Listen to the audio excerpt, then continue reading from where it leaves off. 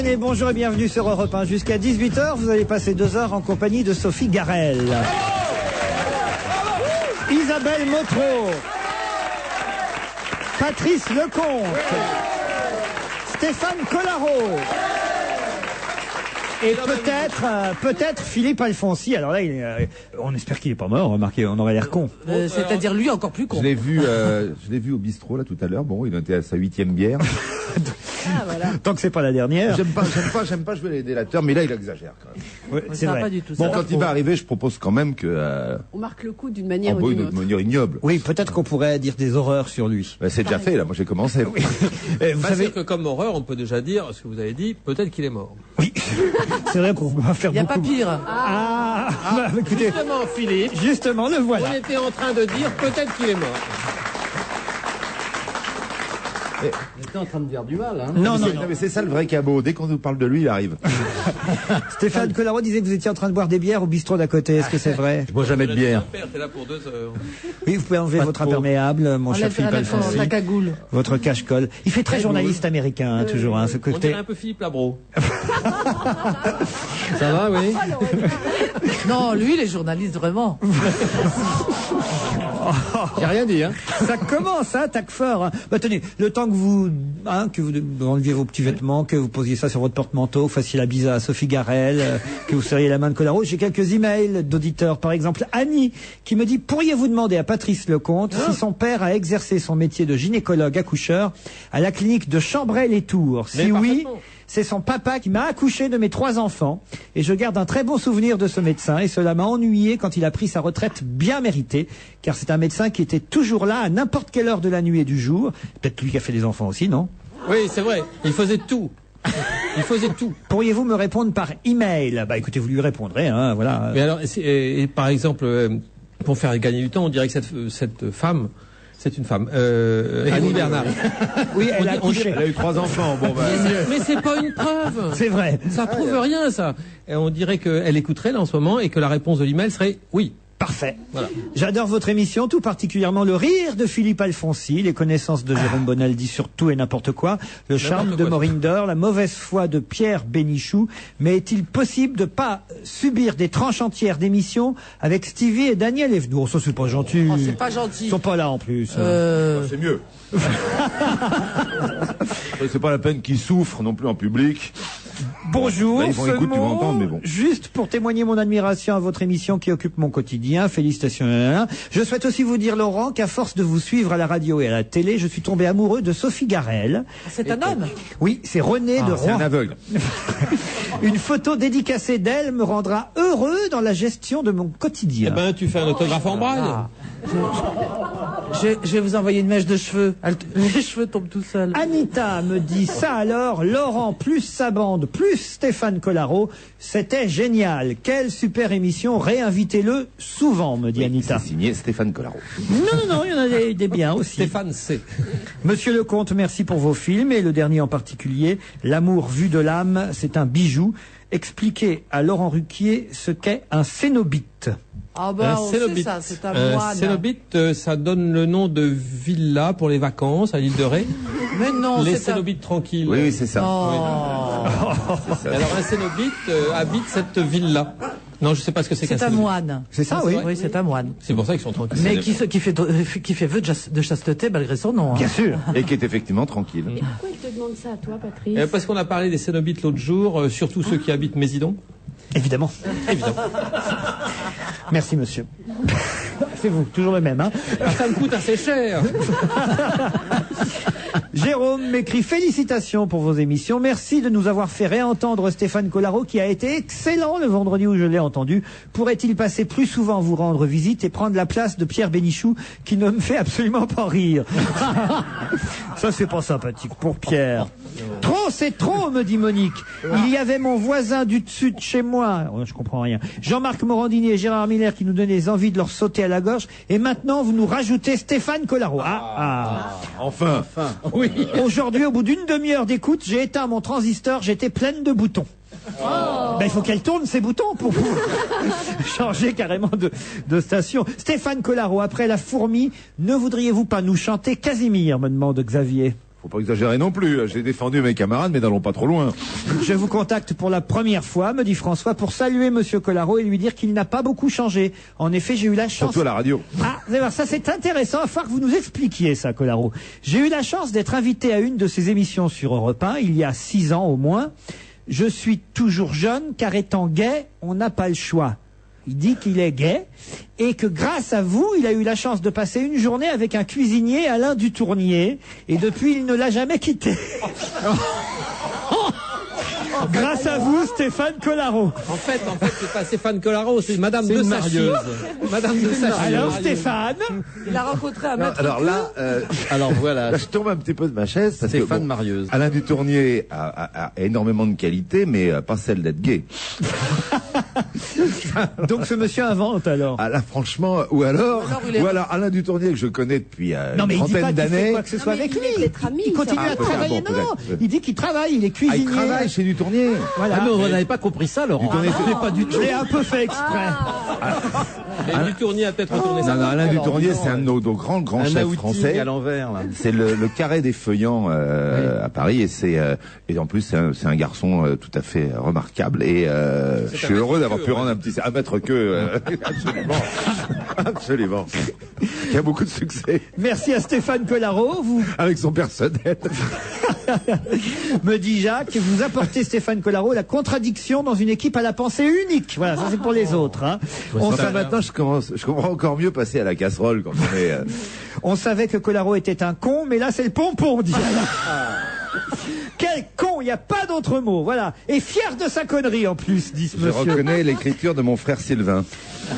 François, bravo Laurent pour votre émission et bravo à Stéphane pour ses interventions et qu'Isabelle Motro soit un peu plus tolérante vis-à-vis de Stéphane Collaro parce que oui, hein. je l'adore aussi. Vous voyez, on peut aimer les deux, c'est Je vais possible. essayer, mais vraiment, vous me demandez beaucoup là. Bravo tonton mayonnaise, me dit Olivier. Moi aussi je voulais écouter Pitéric jusqu'au bout. Elle nous fait chier la Motro. Même si elle est plutôt sympa pour une Parisienne. Et toc. Pitéric, dans mon après-midi de merde à faire des études pour mes clients, ça me faisait du bien. Je me revoyais il y a quelques années en train de boire des canettes avec mes potes en dansant dans un champ au milieu de nulle part. Aujourd'hui, j'ai 33 ans, je bois toujours des canettes avec mes potes et on écoute toujours des conneries que nos femmes trouvent débiles. Mais nous, on s'en fout, on rigole. Encore une raison pour qu'Isabelle se la ferme sur Pitéric. On va se gêner, est probablement la seule émission radio où l'on peut encore entendre un truc comme la Cicrane. Oui, ça je lui confirme. Je suis rentré de la boulangerie, me dit Sandrine, et j'ai pris en cours de route votre émission d'il y a 15 jours ou 3 semaines, et la chanson de la cigale et la fourmi m'a émerveillé. On retombe en enfance, et dans ce monde de bombes et de cadavres permanents, cela fait du bien d'avoir quelques minutes de bonheur dans l'enfance. J'ai 29 ans, et c'est pour tout public, me dit Sandrine. Ah, ça c'est sûr. Vous voyez, hein, quand même, hein, on a fait un carton avec notre Pitéric, Stéphane. Bon, écoutez, moi je veux pas reprendre la conversation parce que on est réconciliés maintenant. Je lui ai fait un petit bisou en arrivant. Non, en fait, je crois qu'il faut comprendre que dans la vie, il est complètement normal qu'il y en ait pour tous les goûts. Et ce courrier le prouve d'une manière très très brillante. Oui. Par exemple, Sylvie qui dit « Vous a-t-on imposé Collaro comme Bouvard à une certaine époque ?» Eh ben voilà. Ben moi j'ai à la raison. Le pire, madame, c'est qu'on me l'avait pas imposé. Le pire, c'est que je lui avais demandé de venir à Bouvard. Il s'en souvient plus, mais en tout cas... Ah, celle-ci est formidable, parce que vous allez voir, ça va vous amuser tous. Pitié, Laurent, n'invitez plus Stéphane Collaro. Point. Déjà que le vendredi, le niveau n'est pas fameux. Ah bah ça fait plaisir. Ah, c'est bien. Et alors, Enfin. Ça fait plaisir. Ah, oui. moi, Pas totalement moi qui faux. ne Là, il viens est jamais content. le vendredi, je dois apprendre ça comment? Tu vas voir. T'es mal Vous tombé. êtes passé en division 2, vous voyez, c'est ça. Ou alors c'est pour remonter le niveau. Voilà. Cher Laurent, bravo à votre équipe du vendredi. Pour ce qu'il en est de Collaro, vous avez fait une bonne action. Mais s'il ne veut pas revenir, surtout n'insistez pas. Moi, j'adore. C'est à ce qui fait de rire les courriers. Les gens quand qui même. te prennent le mal de... Je trouve ça formidable. Encore une comme ça et on se reverra pas de sitôt. Non, regardez Rodolphe, lui c'est dit pas bravo. grave, Le retour de Collaro m'a fait penser aux ambiances du Petit Rapporteur. C'est vieux, mais c'est bon. Bravo Collaro et merci Ruquier. Vous voyez, Bah, c'est vieux, mais c'est bon. bah oui. Ça va. J'apprécie beaucoup votre émission. Tous vos potes sont super, avec une mention spéciale à la super Sophie Garel. C'est vraiment elle, la super mamie. Mais ça vient de Rissorangis, ça vient d'où? C'est quand même dingue, hein. Voilà. Bon, ben voilà, c'est tout pour aujourd'hui. Je pense qu'on est assez tous. Oui, ça va, on en a pris plein la gueule. Servi, là. Pardon. On a tous été servis, c'est bien. Je vous demande de féliciter de ma part Monsieur Colaro qu'il revienne. Non, ben voilà. J'aurais préféré finir par une... Vous n'êtes pas passé inaperçu. Hein. Vous en voulez une méchante? Oui, encore? oui, pour finir. Lionel, que vient faire Colaro dans votre émission? Est-il conscient d'être présent à titre de chroniqueur et non pas comme invité? Cet homme ne cesse de parler de lui. C'est franchement saoulant et carrément inintéressant, Stéphane. Bah oui, mais j'ai rien à dire sur Lionel. Hein. Oh, ça c'est vache. Un peu de musique pour vous détendre. oui. Là, il faut qu'on s'en remette de ces. Oh là là. Francis Cabrel, c'est un nouveau titre. Un nouveau disque de Francis Cabrel. L'album sortira le 17 mai.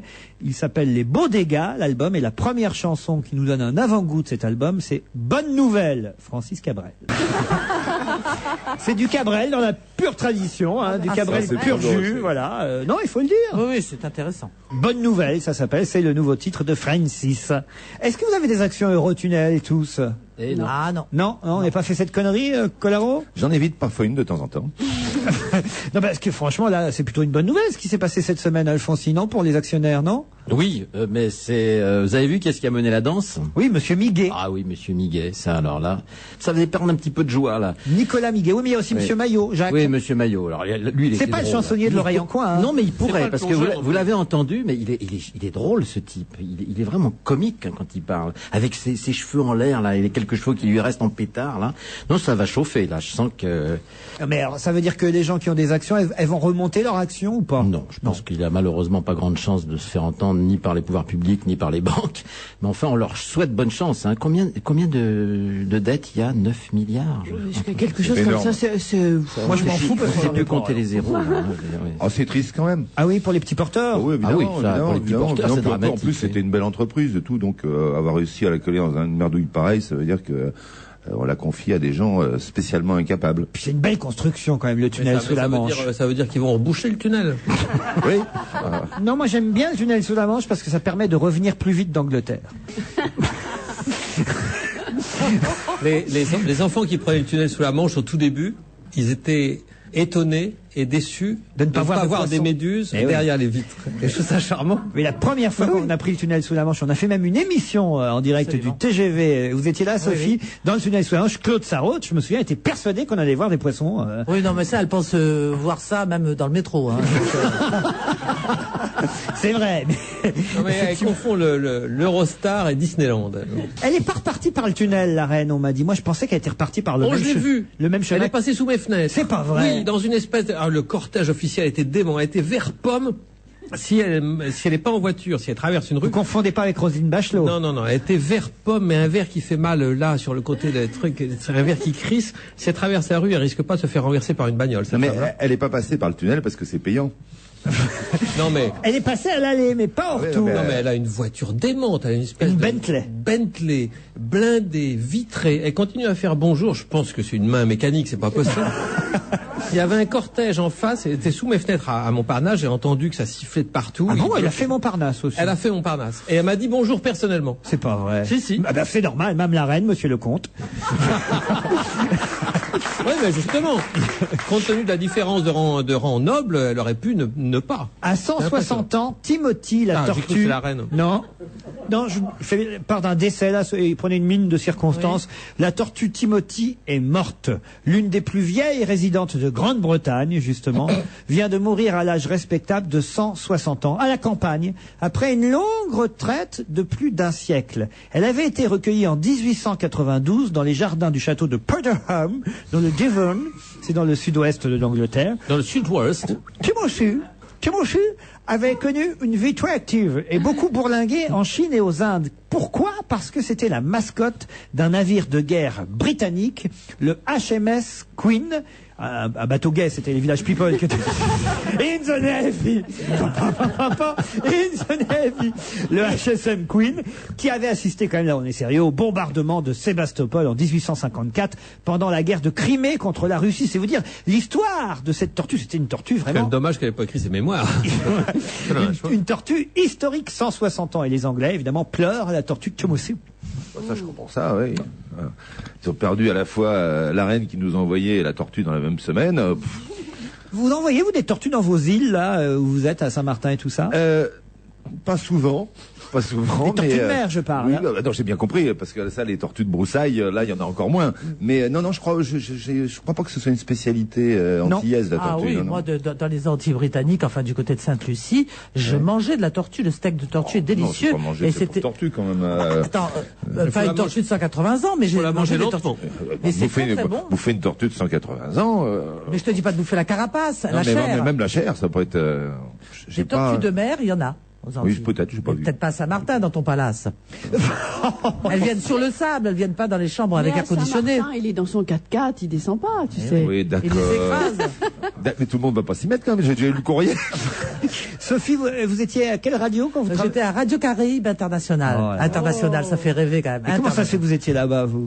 J'avais vu une petite annonce, à l'époque j'étais à Europe 1, et j'avais vu une petite annonce où on demandait un journaliste et une animatrice radio, et on annonçait un salaire très intéressant en dollars. La seule chose, c'est qu'on s'était pas renseigné, c'était des dollars BWI, british, et ils faisaient le tiers du dollar. Et c'était trop tard, on avait signé. On est resté coincé là-bas 2 ans. Il y avait Maryse Gildas qui était avec nous aussi. Ah oui. 22 ans. Non, 2 ans, ça va, 2 ans. On a tout fait, on a trompé nos maris, on a mangé de la tortue, on a fait des enfants pour s'occuper.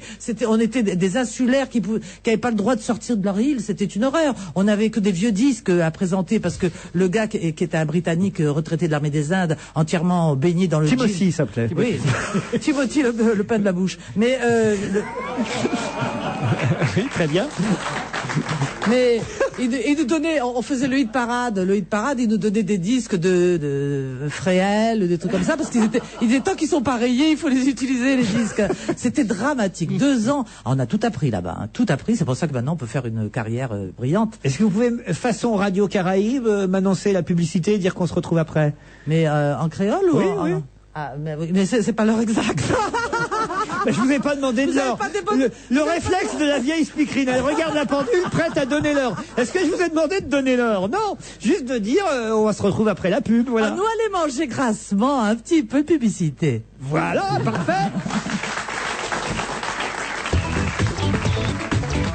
Et si vous posiez vos questions à Monsieur Paul, conseiller financier à la Poste? Bonjour, je m'appelle Julien, j'ai Bonjour. 28 ans et plein de projets d'avenir. Alors on me dit que pour les préparer, rien ne vaut une bonne assurance vie. Mais on a raison, Julien. Ah. GMO, que propose la Poste avec son partenaire la CNP, est un contrat multi-support. Très souple, il vous permet un grand choix de placement, du plus sûr au plus dynamique. Et tous bénéficient des avantages fiscaux de l'assurance vie. Ah, ça fait beaucoup de bonnes raisons ça. En effet, Julien. Ce qui est bien avec les protections solaires à la vitamine E, c'est que ça prévient le vieillissement de l'épiderme. Bien sûr, ça procure un système de filtre stable UVA UVB. C'est évident. Et quel que soit Ce l'année. mois-ci chez Intermarché et Ecomarché, le rendez-vous des connaisseurs, c'est au rayon beauté. Du 5 au 11 avril, 15% du montant total de vos achats sur tous les produits solaires hors gélules sont crédités sur votre carte de fidélité. Intermarché. Donnons plus à celles qui donnent tant. Voir modalité dans les points de vente participants. Ils ont tout. Puissance, gloire, fortune. Et pourtant, ils tuent. Derrière le décor paradisiaque des riches demeures se cache parfois le plus terrible des enfers. Mon nouveau livre, Crime dans la soie, vous en ouvre les portes. Crime dans la soie de Pierre Bellemare, 30 histoires de milliardaires assassins. Crime dans la soie aux éditions Albin Michel. Dis, tu savais que chez Saint-Maclou, ils faisaient aussi les rideaux et les papiers peints? Évidemment. Ils ont même un super choix. Plus de 200 catalogues papier peint. Tous les tissus, des taffetas, des organzas, des voilages imprimés. Et t'as de la chance. Jusqu'au 8 mai, chez Saint-Maclou, sur un large choix de voilages, la confection est gratuite. Et c'est du sur-mesure? Ben oui. Tu vois, c'est vraiment le moment de tout changer. Voilage, confection gratuite. J'y cours. Saint-Maclou. Tissu. Évidemment. Saint-Maclou, c'est à Lyon-Limonest, route nationale 6, et à Poitiers-Chasseneuil, route nationale 10. Vous faire des économies? Carrefour s'y emploie tous les jours. Et jusqu'à lundi, chez Carrefour, si tu fais un plein de 30 litres de carburant, on t'offre un bon d'achat de 5 €. C'est parfait pour les départs en vacances. Vous faire des économies sur tous les produits, c'est aussi ça le mieux consommer. Carrefour, jeu positive. Offre valable dans toutes les stations en magasin et les 17 stations d'autoroute, voire conditions en magasin. On va se gêner jusqu'à 18h avec Colaro, Alfonsi, Lecomte, Isabelle Motro, Sophie Garel. Et l'affaire des jardins municipaux parisiens qui rebondit, on avait déjà parlé ici. Collaro, ne me dites pas que vous êtes dans la liste des personnalités du tout Paris qui se faisaient faire leur jardin par la mairie de Monsieur Tibéri ou de Monsieur Chirac. Vous avez vu cette affaire incroyable, c'est-à-dire que on va rappeler quand même l'histoire. Hein. Ils plantaient la moitié des fleurs qu'ils recevaient et l'autre moitié, hop, ils allaient les planter dans des jardins privés de personnalités, soit des élus, soit des gens du showbiz. C'est pas bien parce que ils profitent que Yves Mourouzi, hélas, n'est plus des nôtres pour dire que Yves Mourouzi, par exemple, il n'y a pas de nom de vivant, il y a que des noms de morts. Mourouzi avait le droit à un jardinage municipal gratos chez lui. C'est pas bien. Nous, ce qu'on veut, c'est les noms de ceux qui sont encore vivants. Hein, voilà. Des noms. Et il paraît que c'était pas seulement dans le 16e arrondissement, un détournement des plantes avait lieu dans d'autres ateliers municipaux parisiens, témoigne l'ancien jardinier de la ville de Paris, monsieur Claude Meunier. Tout le monde savait, dit-il. Il y avait un collègue qui travaillait un peu pour le service et beaucoup pour ses privés. Quand les plantes arrivaient à l'atelier, il était toujours le premier à se servir avec son triporteur qu'il remplissait à ras-bord. Ensuite, il partait chez ce qu'on appelait les clients. Ça se faisait au grand jour. Il y avait beaucoup de clients parmi des gens du showbiz et aussi des politiques. Il connaissait du beau monde, très bien placé. Une fois, une Rolls est venue chercher ce monsieur à l'atelier pour qu'il aille en vitesse planter des fleurs dans son jardin. Moi, je trouve que c'est une belle histoire en même temps. Hein, voilà. Mais c'est incroyable parce que je pense que les gens riches adorent les trucs gratuits. Voilà.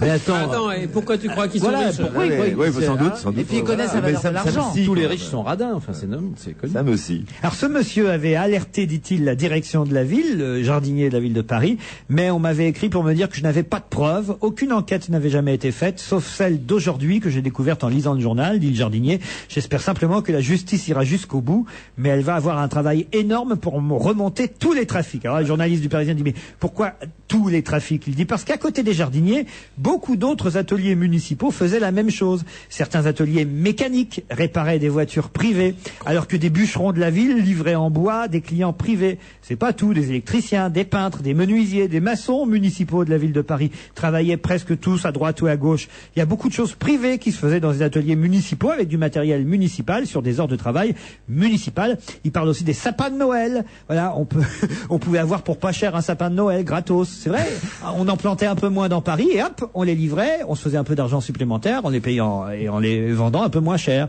Oh, on va pas chipoter pour un sapin. Oui, surtout que c'est qu'une fois dans l'année. Philippe Alfonsi. Non mais je trouve que ce que Stéphane a dit est vrai, c'est invraisemblable. Des gens pleins de pognon, ils sont pas capables de s'acheter un sapin de Noël, ils sont pas capables de faire réparer leur bagnole. C'est incroyable, mais qu'est-ce qu'ils dépensent alors ces gens-là? Qu'est-ce qu'ils font? Qu'est-ce qu'ils font de leur pognon d'abord? Mais ils le placent, ils achètent des actions Eurotunnel. Oui. Ça non. Enfin, ouais, ça c'est pas non, eux. ils sont pas cons, eux. Ils achètent pas des actions Eurotunnel. Les témoignages s'accumulent, en tout cas, nous dit-on. Moi, ce que je trouve injuste, c'est le côté les parterres municipaux où on mettait des plantes un peu plus espacées. Je trouve ça tristouné parce que savoir qu'il manquait 2 petites plantes là et puis qu'elles étaient dans le jardin de Ricazara. Oh, pourquoi je dis Ricazara? Non, c'est vrai. Pire, dans le bain de siège de Ricazara. Voilà. Savoir qu'elle foutait son cul dedans, franchement. Alors qu'on pouvait avoir ça, je sais pas, sur la place de la Concorde. Enfin bon. Patrice Lecomte, faites pas partie de la liste? J'ai eu des géraniums gratuits sur mon balcon. C'est vrai? Oui. Qui était arrosé régulièrement par Jean Tibéri lui-même. Il arrivait avec son petit arrosoir à jour fixe, à heure fixe. Il misait je peux et il arrosait. Et moi j'avais Xavier avec ses 2 petits seaux. Qu'est-ce qu'elle devient, Xavier? On la voit plus. Monsieur Tibéri, on continue à le voir. Il est toujours très... C'est sa force, il est toujours aussi sympathique, on peut toujours se moquer de lui en foutre plein la gueule, vraiment, mais lui dire qu'il a été accusé de ceci, de cela, machin, il est pas grave, bonjour, il est toujours tout content, toujours heureux, mais elle, en revanche, on ne la voit plus. Moi je l'ai vue, là, elle est au coin de l'avenue de Wagram, elle a ouvert une petite boutique de fleurs.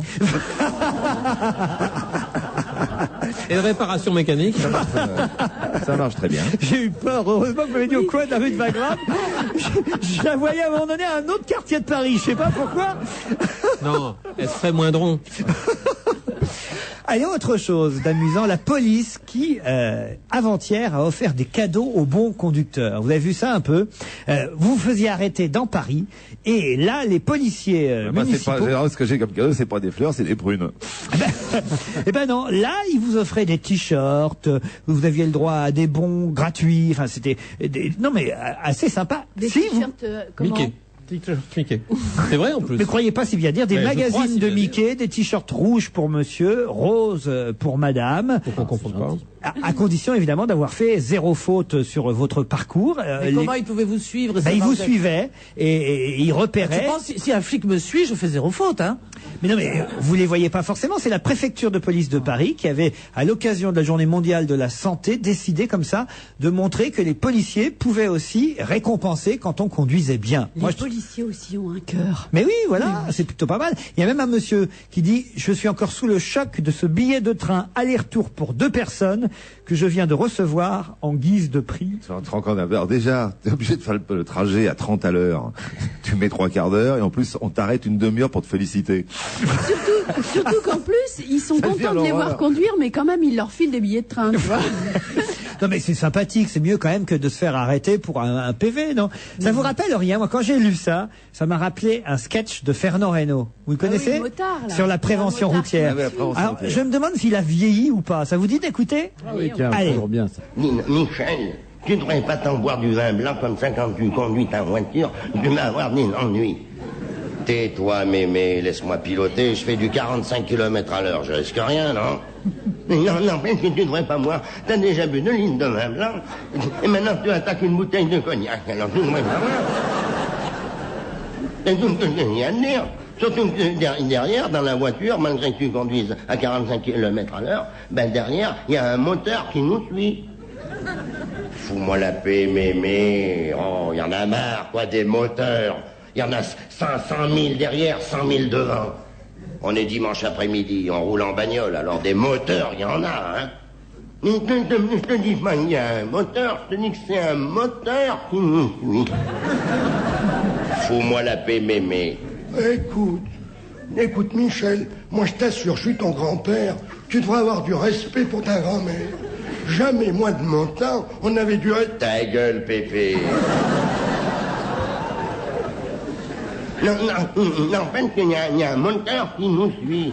T'as qu'à regarder dans ton rétroviseur, tu verras qu'il y a un moteur. Oh, ce qu'elle est pénible, la vie. Non, mais c'est vrai, dis donc. Oh, il y a un motard qui nous suit. Il y a un moteur qui nous suit. Regarde-le, il me suit derrière. Je sais pas pourquoi ça va être pour ma pomme. Ouh, regarde-le, il me double. Tu vas voir que ça va être pour moi. Ça y est, il tend le bras droit à droite. C'est pour moi, j'ai jamais touché une fois le tiercé, dis donc. Même pas dans le désordre. Là, je prends pas de ticket, j'arrive premier, dis donc. Regarde-le, le motard, il descend de sa moto, il vient vers nous. Bonjour monsieur, gendarmerie nationale. Ça va faire 1 heure qu'on vous suit. Avec un hélicoptère. Un hélicoptère de la gendarmerie qui vous suit aussi dessus. Ah bon? Alors il y a les motards, il y a l'hélicoptère, il n'y a pas un sous-marin aussi, non? On tient à vous féliciter pour votre conduite. Je fais partie de la prévention routière et nous vous signalons que vous avez gagné 5000 francs pour être le meilleur conducteur du dimanche après-midi. Voici le chèque. Simplement, est-ce qu'on peut savoir ce que vous allez faire de ces 5000 francs? Bah alors... si je m'attendais à celle-ci, alors... ben, je vais aller à auto-école pour prendre des cours afin d'essayer de réussir à avoir mon permis de conduire.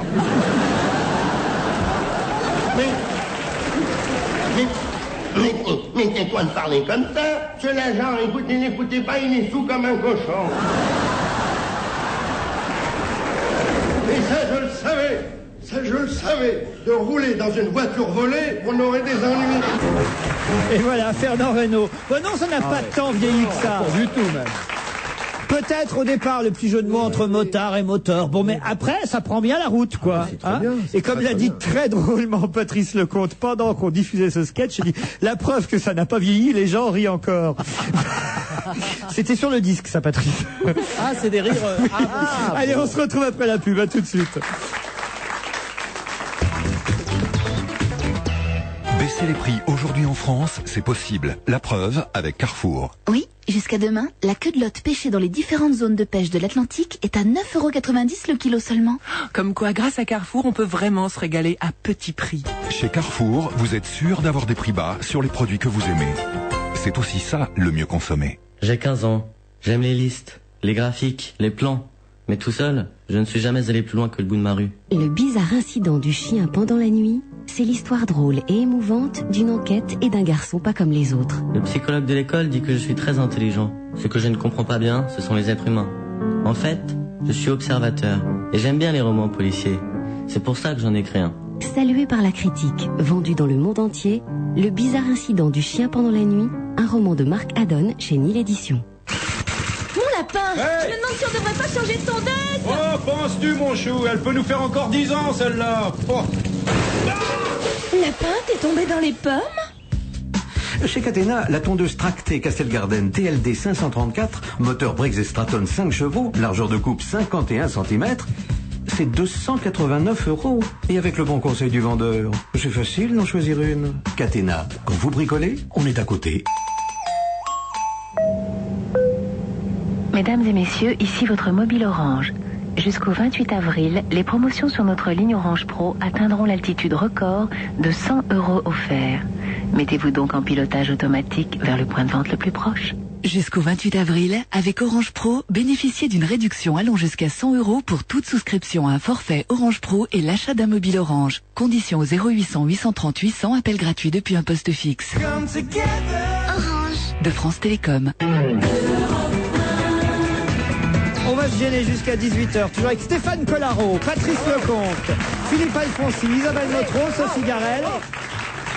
Et autant le dire, un copain au téléphone, alors qui nous appelle toujours du bout du monde, il faut bien le dire. Enfin là, c'est pas si loin que ça, hein. C'est le rallye de Tunisie, mais il est toujours en bivouac, dans le désert, toujours entouré de filles, faut bien dire. Oui, Alexandre Debanne. Et c'est en plus son anniversaire, Alexandre Debanne. Bon anniversaire! Quel âge ça lui fait? Ouais, merci Laurent, c'est gentil. Quel âge ça vous fait, Alexandre? 44. 44. Il va falloir décrasser les bougies maintenant dans le rallye. Bah là, il y en a pour plus cher en bougies qu'en gâteau, mais là, je suis au bivouac, il fait nuit. Et on est à El Borma, dans le sud tunisien. Dans la journée, il fait 35 et voilà, quoi, c'est plutôt sympa. Le décalage horaire avec la Tunisie, mais pas très toujours. C'est dément. Quand il est 16h30 à Paris, il est bivouac en Tunisie. Alors c'est quoi ce rallye de Tunisie encore? Bah écoutez, c'est toujours, bah, vous savez, moi j'ai pris la grosse piqûre, je vous avais appelé du Dakar, ensuite du Désert Express au Sultanat d'Oman, je vous avais appelé du Dakar en Mauritanie, là maintenant je suis en Tunisie. Bah, c'est parce que la police vous recherche ou il y a vraiment une raison précise? Non. Et au mois de juin, je vous appellerai parce que je fais le rallye du Maroc aussi. Mais non, mais moi aussi j'ai tout essayé, donc moi j'ai tout essayé, alors j'essaye le rallye et la Coupe du Monde de rallye, voilà. Et on comprend pas tout ce qu'il dit, hein. C'est pas que la liaison est mauvaise, à mon avis, c'est pas Debanne, c'est Montiel. Alex, il a raison. Alors, je vais vous expliquer, je suis avec le téléphone satellite, c'est pour ça ça déforme un petit peu là. Le seul système, il a tout compris, Alex. Le seul truc pour rouler bourré et à toute allure, c'est le rallye. Hein. Stéphane Collaro est un pilote émérite, lui aussi. Oh oui, oh oui. Ouais. Ah bah il a l'air convaincu. Ça fait plaisir. Ouais, ça fait quelques années qu'il roule sur circuit. Je peux vous dire qu'il a déjà gagné un championnat, donc on peut dire qu'effectivement c'est un bon pilote. Alors vous êtes entre où et où là en ce moment en Tunisie? Là, je suis à El Borma. Alors, El Borma, c'est le sud tunisien, au milieu des dunes. Et alors, demain, c'est le milieu du rallye. Et c'est le juge de paix demain, parce qu'on attaque les grosses dunes. Et c'est là que ça va se départager. Et elles descendent toujours.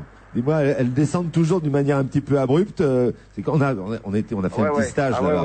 C'est épouvantable. T'arrives en haut d'une dune et tu dis que tu vas passer tranquille, mais derrière, c'est pratiquement un précipice. Et on tombe. Oui, c'est vrai. Ah oui? Ah oui. C'est un rallye optique 2000. C'est le 2000. Ça veut dire qu'il y a Johnny, il y a Laetitia, comment ça se passe? Non, ils sont pas là. Il y a du monde, hein. Je sais pas combien on est sur le bivouac. On doit être 1000 personnes, hein. 1000 personnes? Ah oui, belle partouze. Bah ouais. Et quels sont les gens connus? Il y a toujours des gens connus dans les rallyes? Ah oui, ça c'est vrai. Il y a les pilotes de camions. Non, mais des gens connus. Tous les véhicules de camions. Max Meignier. Ah bah oui. Non mais il y a qui de connu à part vous, Alexandre? Est-ce qu'il y a Monique Pantel? Est-ce que je sais pas? Des people, on veut des people. Non, des people, non, des people. Moi, je suis pas ça, hein, je vous signale. Moi, je suis un mec normal, je suis pas un people. Ah, si vous étiez un mec J'ai 44 normal. piges quand même, un petit peu de respect maintenant. 47 piges, c'est son anniversaire, ce serait 44. 44. Ah bon. Ça, il a pris trop. Non mais là où c'est vrai qu'il fait 47. 3 ans, là. Ah, avec le téléphone satellite. Allez-y, foutez-vous de moi, c'est pas grave, je suis loin, mais je vais bientôt revenir. Mais vous êtes loin de votre famille encore. À chaque fois, moi, ce qui m'inquiète toujours, c'est votre femme, vos enfants. C'est vrai, hein. Et oui. C'est vrai, Laurent, à chaque fois, vous vous inquiétez pour eux, ça me fait bien du plaisir, mais je vais finir par trouver ça louche. Mais n'oubliez pas la formule imparable que j'ai trouvée. Dès le départ, je dis toujours que je suis un parti intéressant. Intéressant parce que souvent... Parti. Ça, j'ai retenu. Non, mais c'est vrai que c'est pas mal. C'est peut-être le secret d'un couple, finalement. Lui chez Rallye, voilà. elle chez Oui, Champion. non, on est toujours contents. Sophie, un petit mot gentil pour Alexandre Debanne. Mais alors, tout ce monde-là, les 1000 personnes, Alexandre, ils sont tous sur le sable? Ouais, on dort dehors. C'est les gens de chez Eurotunnel. Ouais, ça pourrait être... C'est vrai que ça pourrait passer pour un congrès Eurotunnel, ouais. Mais est-ce On qu'il y a sous la quelque tente chose et- Est-ce qu'il y a quelque chose à gagner? Je veux dire, est-ce que c'est des rallyes uniquement pour s'amuser ou est-ce que vraiment le vainqueur, il inscrit sa victoire dans un le palmarès? vainqueur, ah non, c'est une Coupe du Monde, hein, ça rigole pas, c'est comme la C'est pas vrai. F1 ou le Super Tourisme ou la Formule 3. Non, attends, il y a tous les meilleurs pilotes qui sont là. Hein. Mais Il y a- qui? Donnez-nous des noms de pilotes. Stéphane Peter-Hansel, il y a des Japonais, mais vous les connaissez pas, c'est Matsu Oka, Shinozuka. Si. Piteric. Il y a moi. Non mais Monsieur Peter Hansel, celui-là on le connaît très très bien. Bah oui, d'ailleurs il est en tête du rallye et si tout va bien, je pense qu'il va le remporter. Oui. Il a déjà gagné le Dakar là cette année. Je remarque que vous êtes toujours discret sur votre position dans le classement, Alexandre. J'attendais avec impatience la question parce que figurez-vous que dans ma catégorie, j'étais premier jusqu'à hier et aujourd'hui je suis deuxième à 2 pauvres petites minutes. Ah, ça va. C'est quoi cette catégorie? C'est Alors la catégorie. Alors, fais-moi le malin. C'est quoi comme catégorie, Alexandre? Catégorie, ça vous dira rien. C'est C1, C'est catégorie Non, dans mais- laquelle ils sont que 2. Non, c'est catégorie piéton. Voilà, Catégorie c'est la piéton. catégorie la plus. Piéton, j'ai entendu. Et faut aller vite et faire attention au matériel parce que ça casse plus que les prototypes. Est-ce que Luc Alphand est là? Eh non, malheureusement, Luc, lui, il roule sur une marque qui n'a pas engagé ici au Tunisie. J'espère qu'on le verra au Maroc. On va vous embrasser, Alexandre Debanne. Vous souhaitez un bon anniversaire tous ici. C'est très gentil. De tout- très gentil. de- Ça me touche. de tout Et cœur. puis, je vous embrasse tous aussi. On vous fait un gâteau là-bas là, ou est-ce que vous êtes vraiment privé de désert? Comment ça se passe? On lui fait des sablés, Attends. Non, mais au réfectoire, là, l'espèce de grand chapiteau, ils ont mis un journal lumineux et ils annoncent ça en grand. Je te dis pas, là, je peux plus mettre les pieds dans le bivouac. Tout le monde me souhaite bon anniversaire. C'est incroyable. En fait, pour tout vous dire, si on vous a appelé, nous, Alexandre, c'est pas que, ça nous intéresse vraiment votre rallye de Tunisie, hein, autant vous le dire. C'est qu'on voulait savoir si vous rentriez dans la ferme ou pas. Ben non, vous n'êtes pas dans la ferme. Il est en Tunisie. Quoi? Non, mais qui est-ce qui y va? Ah, vous voulez, ça vous intéresse? Daniel Gilbert, Ouais. Chantal Goya. Ah si, non, je déconne pas, là, c'est les vrais noms, ça. Pascal Olmeta, Daniel Gilbert, Chantal Goya, Emmanuel Debrandt, Massimo Gargia et la compagne, ex-femme, la cascadeuse là, de Solidzer. Ah ouais. Vous Comme regrettez? ça, il va pouvoir cicatriser tranquille. On vous embrasse, Alexandre. Faites passer le Gros message. Au revoir. Gros bisous, ciao, bye. Question. Dans quelle émission 4 joueurs font tout pour gagner 2000 € par mois à vie? Tac au tac gagnons à vie? Bravo, c'était pas évident. Chaque samedi à 20h05 sur France 3, Tac au tac gagnons à vie, l'émission. Combien de temps faut-il pour réussir à s'aimer? 1, 2, 3 vies ou davantage? La prochaine fois de Marc Lévy. Déjà numéro 1 sur la liste des meilleures ventes, 300 pages pour croire à l'incroyable. Un livre aux éditions Robert Laffont. Waouh, 25% d'économie. Et oui, chez Auchan, jusqu'au 5 juin, ça va faire encore plus waouh. Mais comment ça marche? C'est tout simple. Vous choisissez parmi une liste de 100 produits de grande marque tous ceux qui vous intéressent, vous présentez votre carte Auchan à la caisse et vous économisez 25% cumulé en euros sur votre compte waouh. Waouh, mon Tahiti douche. Waouh, mon huile Isio 4. 25% d'économie sur vos marques préférées signalées en magasin. C'est nouveau et c'est vraiment waouh. La vie, la vraie. Auchan. Mesdames, messieurs, les passagers pour Orange Pro sont priés de se diriger vers l'agence France Télécom ou le magasin Mobistore le plus proche. Vous partirez avec le mobile Nokia 6100 au prix exceptionnel de 99 € pour toute souscription au forfait Orange Pro. Ladies and gentlemen, the passenger... Avec Orange Pro, profitez du téléphone portable Nokia 6100 à seulement 99 € et envoyez vos MMS en toute tranquillité. Conditions en agence France Télécom et magasin Mobistore. Orange. De France Télécom. Daniel Dark. Découvrez Crève-Cœur, son nouvel album. Je me souviens, je me rappelle, c'est dans ces lieux chers à mon cœur. Le jour baissait, j'étais près d'elle. Je me foutais bien du malheur. Dissimule dans le silence de sentiments. Crève-Cœur, l'album coup de cœur de Daniel Dark. En concert à Paris le 7 juin et en tournée dans toute la France. Dans la nuit. Un disque Mercury. On va se gêner jusqu'à 18h avec Alfonsi, Collaro, Lecomte, Sophie Garel, Isabelle Motro. Et je dois dire que pendant la pub, là, évidemment, on s'interrogeait sur le succès de La Ferme à partir de samedi soir sur TF1. Et c'est vrai que les quelques noms que nous a avancés VSD, à savoir, est-ce que ce sont les vrais noms, mais a priori, ils ont l'air sur une partie, parce qu'on n'a pas tous les noms, mais Daniel Gilbert, Chantal Goya, Emmanuel Debrandt, Massimo Gardia, la fille de Soulière, Élodie Gossuin, qui vient d'être élue conseillère régionale sur la liste Picardie de monsieur Gilles de Robien. Oh, c'est vrai. Ah oui, c'est vrai. Mais Daniel Gilbert, elle a peur de rien. Hein. En plus, il lui annonçait qu'ils allaient la payer par traite. Vous, ils vous ont pas contacté, Pardon Stéphane? Ils vous ont... Évidemment, mais j'y vais d'ailleurs. Peut-être demain soir, on aura la surprise de vous voir. Ça commence. Allons donc.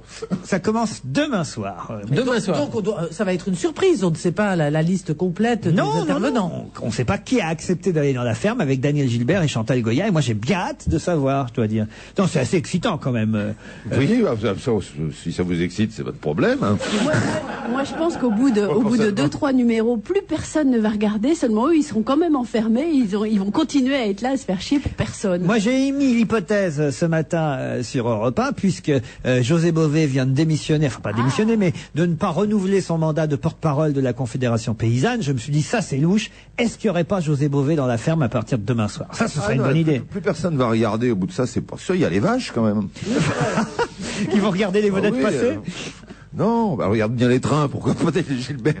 Philippe Alfonsi, non, vous n'avez pas été contacté. Hein. Ah non, mais c'est dommage. Oh là, ça j'aurais aimé. Attends, dis pas ça. Quoi? Ils ont pas le casting complet, ils peuvent encore te contacter. Dis pas ça. Ils cherchent un reproducteur. Oui. Avec Chantal Goya et Daniel Gilbert. Sophie, votre fils a failli y aller, vous nous aviez raconté. C'est-à-dire, oui, il a été contacté, mais à l'époque, on ne cherchait que des jeunes gens beaux, sportifs, talentueux. C'est tout à fait le profil de mon petit. Et puis, surtout, on leur donnait pas un radis. On leur disait c'est pour une œuvre caritative. J'aurais à faire l'œuvre caritative, il n'y est pas allé. Mais après, on a parlé de sommes énormes et maintenant il me le reproche tous les jours. Il me dit attends, il y en a qui vont gagner 50 000 euros et je vais y aller. Évidemment, il paraît que maintenant on leur donne des sommes énormes pour participer parce qu'ils n'ont pas eu les jeunes gens un peu recherchés qu'ils avaient appelés. Parce qu'au départ c'était vraiment... manifestement, je vous le confirme. S'ils ont pris Chantal Goya et Daniel Gilbert, ils n'ont pas eu les jeunes gens qui recherchaient. Ça, et à un moment donné, Rocco Siffredi avait été pressenti. Oui. Et... Pressenti, c'est le mot. Oh là là. Il fait de la lèche. En Italie, vous avez vu qu'ils ont mis Daniel Ducruet dans La Ferme italienne. Oui. Il y a Daniel Ducruet. Ça, c'est quand même formidable. Et il a failli y avoir dans La Ferme française. Ils ont loupé le coche, si j'ose dire, dans La Ferme française, parce que dans La Ferme française, ils avaient contacté Philly Outman, la fameuse stripteaseuse qu'on avait vue au bord de la piscine avec Daniel Ducruet, celle qui avait évidemment provoqué le scandale dans la famille monégasque. Et comme ils avaient contacté Philly Outman, elle avait mis pour condition dans son contrat, au cas où il la prendrait, d'accord pour aller dans La Ferme, à une condition, qu'il n'y ait pas Daniel Ducruet. Donc, ils n'ont pas contacté Ducruet. Total, ce sont les Italiens qui ont pris Ducruet dans leur ferme. Et la petite Philly Outman, finalement, elle n'y va pas dans La Ferme française. On est passé à côté. Oh là là, franchement, là, Ducruet dans La Ferme, on se serait marré, je veux dire, non? Qui a dit que la télévision nouvelle n'était pas passionnante? Qui a pu dire ça? Ça vous passionne pas, ça, Stéphane? Ça me fait chier. Vous n'avez pas envie de voir Chantal Goya au réveil? Non, alors j'ai rien du tout, Chantal Goya. Même au coucher. Non, alors On l'aime bien, moi je l'aime bien, Chantal. Mais qu'est-ce qu'elle est partie faire là? Je souhaite quand même à beaucoup de gens d'être aussi attrayants que Chantal Goya à son âge. Hein. Elle est très bien conservée, la petite Chantal. Maintenant, c'est de là, aller se coller dans une ferme pendant 3 mois. Là, ça dure combien de temps? Elle va être bien conservée à la fin. 3 mois, si évidemment les téléspectateurs ne vous libèrent pas avant, parce qu'on peut aussi au bout d'une semaine ressortir. Vous voyez. On vire les gens, c'est toujours le même principe. Qu'est-ce qui gagne à la fin? Parce qu'à la fin, il va en rester 1 ou 2, c'est ça? Qu'est-ce qui gagne? Ils ont le droit de rester dans la ferme à la fin. Ah d'accord. Patrice Lecomte, ça doit être un plaisir. Non, ce que je viens d'apprendre, c'est que non seulement il y avait cette ferme effarante en France, mais qu'il y avait la même ferme en Italie, pourquoi pas en Espagne, en Angleterre et tout ça, avec ce principe de la ferme avec des célébrités enfermées dans une ferme, enfermées donc, c'est d'où l'origine du mot. Et c'était ailleurs aussi, je trouve ça effarant. Oui, puisque ça nous vient des États-Unis, il y a eu la fille de Lionel Richie qui l'a fait. Est-ce que vous pensez que Chantal Goya était là-bas pour voir si le veau d'or était toujours debout? Non. Chantal Goya, elle restera pas. Je la connais, elle est fragile, elle va avoir un petit coup de bouse. Ouais. Ah oui, il y a aussi le chroniqueur couturier mondain, là, comment il s'appelle, Vincent McDoom, je crois, qui est dans la liste. C'est intéressant celui-là. Mais c'est que des gens très très inconnus quand même. Hein? Vous trouvez? Bah oui. Daniel Gilbert, elle était à la limite de devenir très très inconnue. Bon, ils l'ont rattrapé, mais tous les autres, c'est des noms qu'on connaît pas du tout. Et pareil que Giscard serait aussi du lot. Il n'est pas connu non plus. Ça, ce serait. Non, ça aurait été ça la vraie déconnade. Ça aurait été qu'il y ait des politiques dans la ferme. Franchement. Ah, Giscard dans la ferme, ça va être de la gueule. Là. Du coup, t'as pas le droit de parler un petit peu croqué. Philippe Alfonsi, ça vous passionne pas de regarder ces émissions-là? Comme c'est quelque chose. C'est une sorte de reflet de notre société. Pas du tout, c'est pas un reflet de la société, c'est arrangé, c'est artificiel, c'est une ferme où il n'y a pas l'électricité, pas l'eau, etc., bah, quelque part en Croatie ou un truc comme ça, peut-être que c'est intéressant de voir une caméra, ça c'est vrai. Mais des gens qu'on enferme dans une ferme, oh là là, mon Dieu. Enfin, c'est une ferme bidon, oui. C'était la belle idée comme Giscard à la ferme, je vois très bien le truc. Bon, je suis en train de compter les poules, il me manque 3 voix chez les poules, j'ai le plein chez les bovidés. Mais en plus, je trouve ça légèrement disgracieux comme concept envers les gens qui ont des fermes, vraiment. Enfin, je veux dire, les vrais agriculteurs, etc. Enfin, c'est d'un coup, on nous dit, ben voilà, quand on est dans une ferme, il n'y a pas d'électricité, on se fait chier. C'est vraiment présenté comme le truc le plus difficile à supporter. La télé-réalité porte très très mal son nom. La télé-réalité est totalement irréelle. Oui, parce que c'est vrai que moi je connais beaucoup d'agriculteurs qui sont pas du tout dans le noir. Je sais pas ce qu'ils en pensent, mais j'aimerais bien savoir ce qu'en pensent les agriculteurs. Mais ils vont faire le contraire, hein. Ils pensent mettre des paysans au Ritz dès la semaine prochaine. Ça, je peux dire une chose. Moi, j'ai des copains dans la Bresse profonde, par exemple. Je peux dire que ce sont des gens, c'est pas du tout des bouseux comme on devrait faire. Ils arrivent en Mercedes à Paris au salon de l'agriculture. Des gens de qualité et très évolués. Oui, je trouve ça très déplaisant comme point de vue. Enfin, vraiment, ça. Aux États-Unis, ils avaient mis donc sa fille. Mais aux États-Unis, c'est très rigolo parce que c'est très fictionnisé, comme on dit. C'est écrit, quoi. Et c'est très très marrant. Ah oui. Cela dit, quand même, c'est peut-être critiqué aussi avant de voir. Hein. Bon, le principe. Peut-être qu'on va y prendre du plaisir. Le principe ne paraît pas réjouissant a priori. Oui. Mais après tout. Non, puis surtout, ce qui est extraordinaire, c'est que la ferme, c'est quand même un truc qui provoque quelque chose d'hallucinant, c'est que des gens qui ont une émission en face à la même heure la promeuvent. Non, la promeuvent. Tu vois ce que je veux dire, Laurent? Mais moi, je m'en fous. Je vais vous dire, alors là, alors je m'en tape. Peut-être qu'on va faire moins d'audience. En plus, on a les colocataires sur M6 en même temps. Hein. Toutes les émissions de télé-réalité. Bon, bah. Mais nous aussi, quelque part, on est à un loft. Regardez, j'essaie de faire cohabiter Isabelle Motro avec Stéphane Collaro. Vous ne risquez rien du tout. La concurrence, ça va très bien marcher avec toutes les poules qu'il y a dans votre émission. Mais c'est ça, voilà. Vous aussi, regardez. Quand est-ce que tu nous fais vivre dans un loft tous ensemble? Mais c'est vrai qu'on y a pensé, hein. À un moment donné, on y a pensé avec Catherine Barma, enfermer toute l'équipe pendant 2 mois dans une villa. Pierre Bénichou avec Daniel Evenou, Stéphane Collaro partageant une chambre avec Isabelle Motro. C'est le tourne-disque que je veux pas partager. C'est vrai, moi non plus. Allez, on se retrouve après le flash de 17h. À tout de suite. Regardez Europe 1 comme vous ne l'avez jamais entendu. Jusqu'à fin juin, le bus Europe 1 sillonne la France pour aller à votre rencontre dans 16 grandes villes. Cette semaine, c'est dans les rues de Grenoble que vous le croiserez. Ne le manquez pas, vous êtes à la bonne station. Si vous ne venez pas à la micro-informatique, et c'est la micro-informatique qui vient à vous.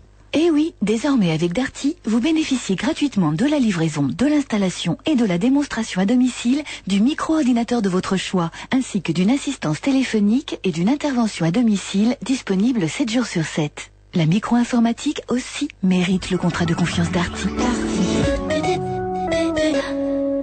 Paris. Un dimanche de printemps, l'Institut Pasteur est ravagé par un attentat d'une violence inouïe. À quel projet mystérieux travaillait donc ce laboratoire ? Entre les agents américains et français, une course contre la montre s'engage. Robert Ludlum vous aura prévenu. Ne manquez pas Objectif Paris, le best-seller mondial de Robert Ludlum. Objectif Paris aux éditions Grasset. Je vais maintenant, s'il vous plaît, vous présenter la célèbre bière de l'abbaye de Grimbergen.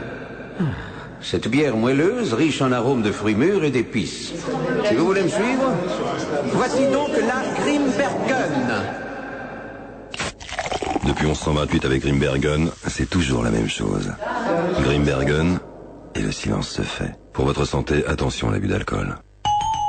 Pour Pâques, j'ai une envie de noix de Saint-Jacques fraîches. Mais comment faire des économies? C'est bien de m'écouter moi, votre porte-monnaie. Je suis toujours de bons conseils. Aujourd'hui, chez Attaque, j'ai retenu une barquette de 500 grammes de noix de Saint-Jacques fraîches avec corail, élevée au Chili à 7,49 €, soit 14,98 € le kilo. Un prix exceptionnel. Chez Attaque, la fraîcheur, la qualité, c'est toujours moins cher. C'est ça, mon choix économie. Offre valable dans tous les magasins participant à l'opération. Supermarché Attaque, mon choix économie.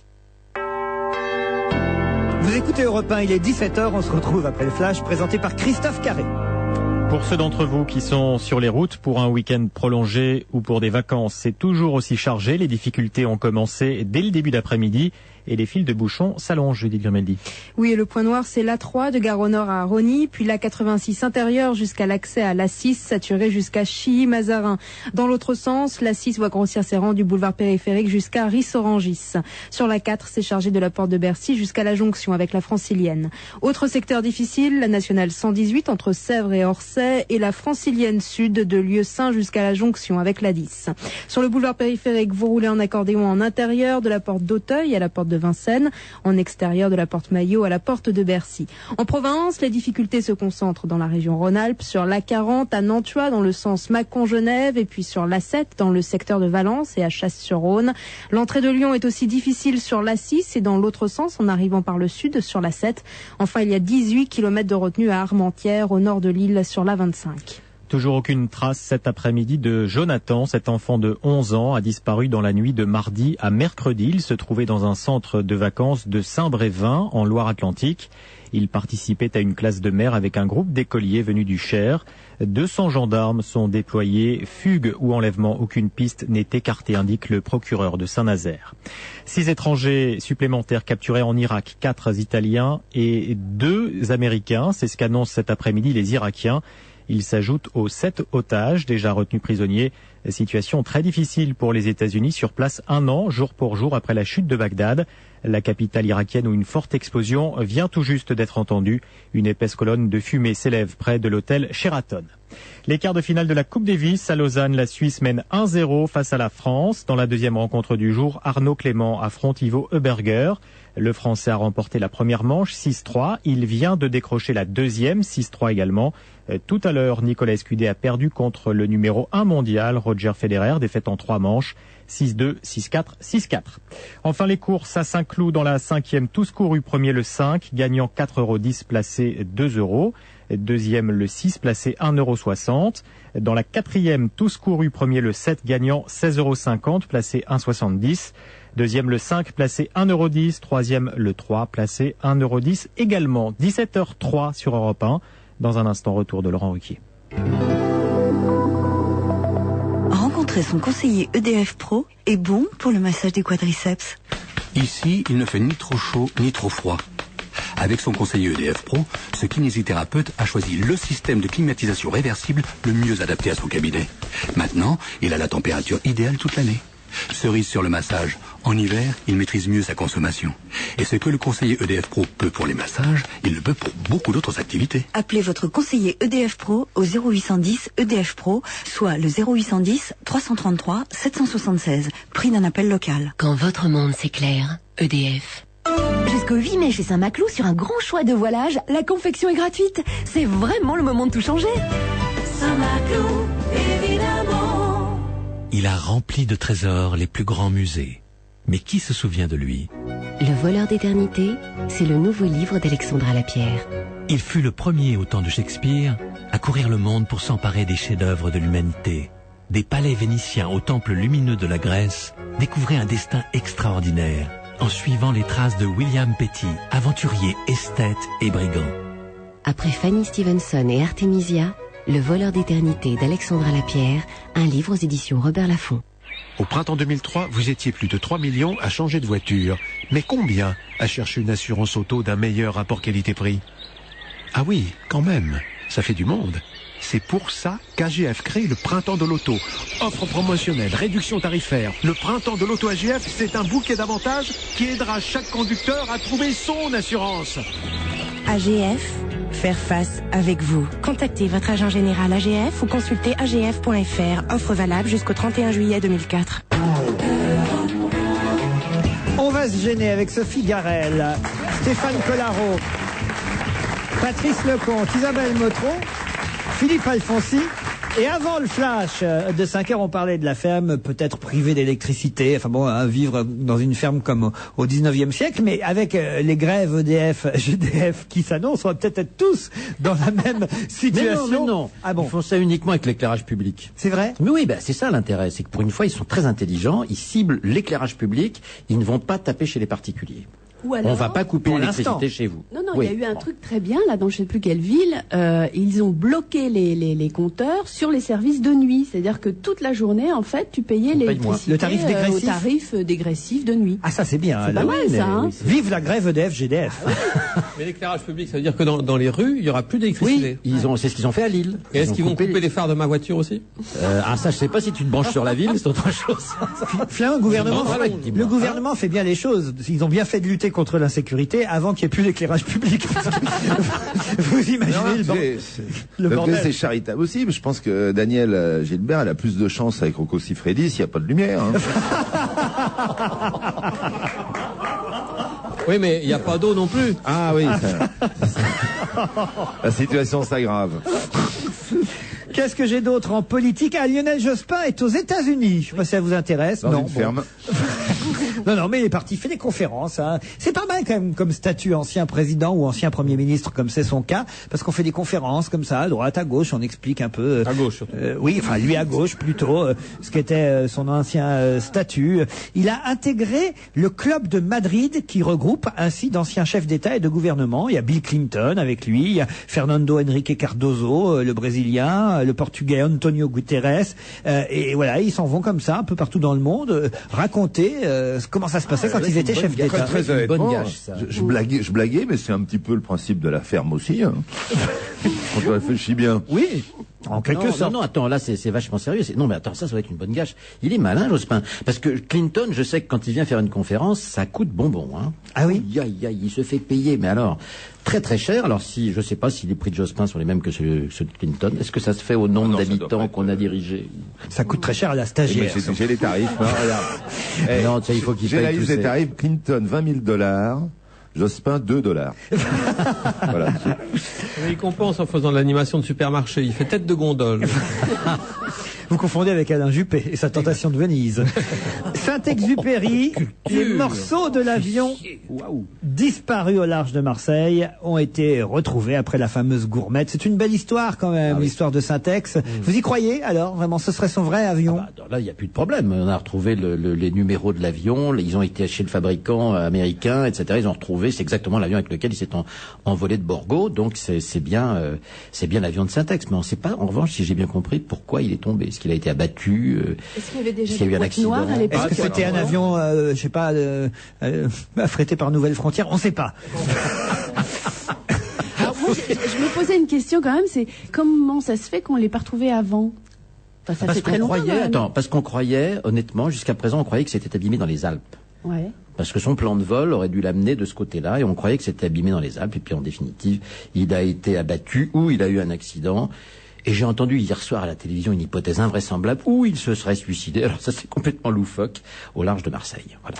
C'était quoi? C'était un bimoteur? Je connais rien, mon avion. C'est un bimoteur. Ah, ça veut dire, bimoteur, c'est-à-dire deux moteurs, ça, ok. Oui. Mais ça veut dire qu'il pouvait y avoir d'autres personnes avec lui dans l'avion ou pas? Ah, ça, je Il y avait sais le pas. petit prince.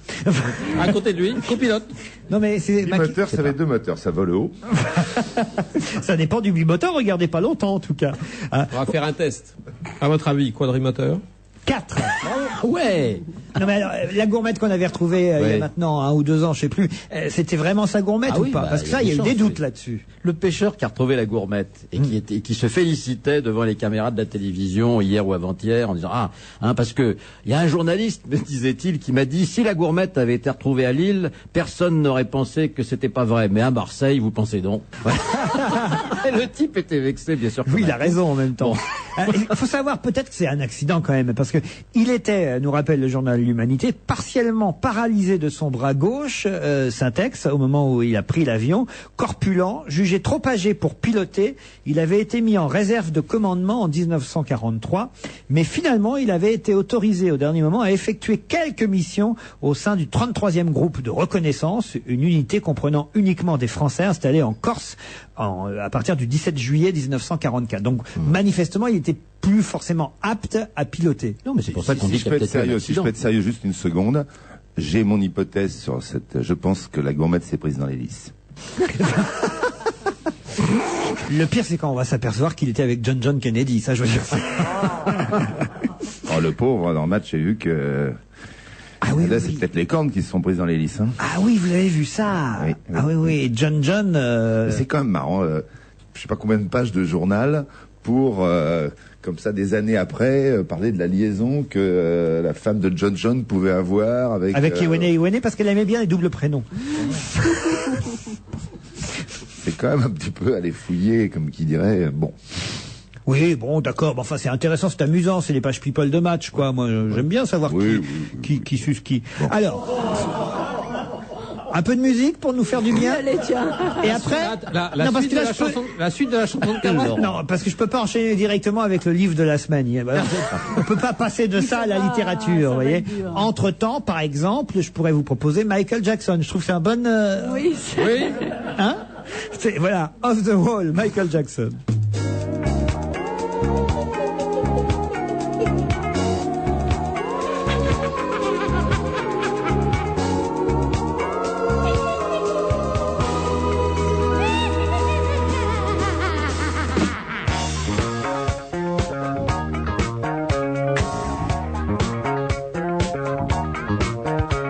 When the world is on your shoulder, gotta straighten up your act and boogie down. If you can't hang with the feeling, then there ain't no room for you in this part of town. 'Cause we're the party people night and day, living crazy, that's the only way. So tonight, gotta leave the 9 to 5 up on the shelf and just enjoy yourself. Groove, let the madness and the music get to you. Life ain't so bad at all. You live it off the wall. Life ain't so bad at all. Live life off the wall. Live your life off the wall. Live it off the wall. You can shout out all you want to, 'cause there ain't no sin and folks all getting loud. If you take the chance and do it, and there ain't no one who's gonna put you down. 'Cause we're the party people night and day, living crazy, that's the only way. So tonight, gotta leave the 9 to 5 up on the shelf and just enjoy yourself. Come on, move, and let the madness and the music get to you. Life ain't so bad at all. If you live it off the wall. Life ain't so bad at all. Live life off the wall. Live your life off the wall. Live it off the wall. Do what you want to do. There ain't no rules, it's up to you. Decide to get alive and party alright through the night. Alright, your inhibitions. Gotta let that fool loose deep inside your soul.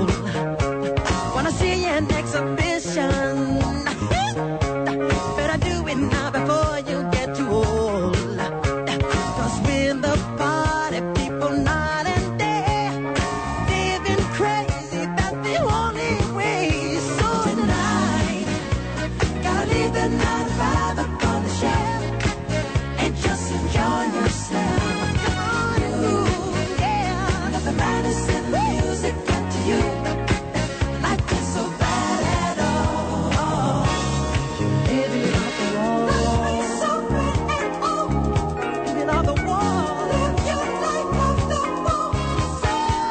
Summertime. Gotta leave the 9 to 5 up on the shelf and just enjoy yourself. Come on and move, yeah. Let the madness and the music get to you. Life is so bad at all. If you're living on the wall, gotta light the 9 to 5 up on the shelf and just enjoy yourself. Come on, living on the wall, let the madness and the music get to you. Life is so bad at all. Wanna live tonight, yeah. Gotta light the 9 to 5 up on the shelf and just enjoy yourself.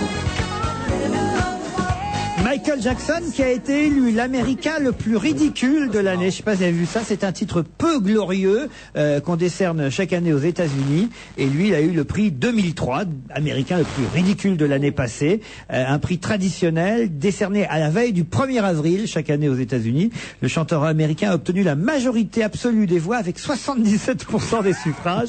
Tu parles d'un cadeau. Vous voulez savoir quand même qui est derrière lui? Oui. Alors il y a sa sœur, c'est une sorte de famille, toute la famille. Sa sœur Janet Jackson, près pour son sein qu'elle avait dévoilé Mais ça, c'est pas ridicule. Alors ça, c'est pas ridicule. D'abord, en plus, elle est mignonne. Super Bowl. L'autre, Et il en, est et en affreux. quoi, Super Bowl, c'est qu'à le dire, et en quoi est-ce qu'il est ridicule, lui, le plus ridicule des ridicules? Si.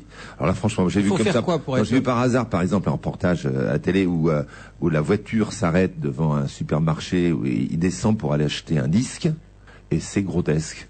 Quoi, il est emmitouflé comme une momie, il court à toute allure avec 18 garde-corps autour, tout ça pour aller acheter un disque alors que personne lui demande rien et c'était grotesque. Franchement. Un disque de lui, en plus. Ça, c'est ridicule. Il faut bien que quelqu'un en achète, hein, parce que... Non, une chorale des enfants, des petits enfants.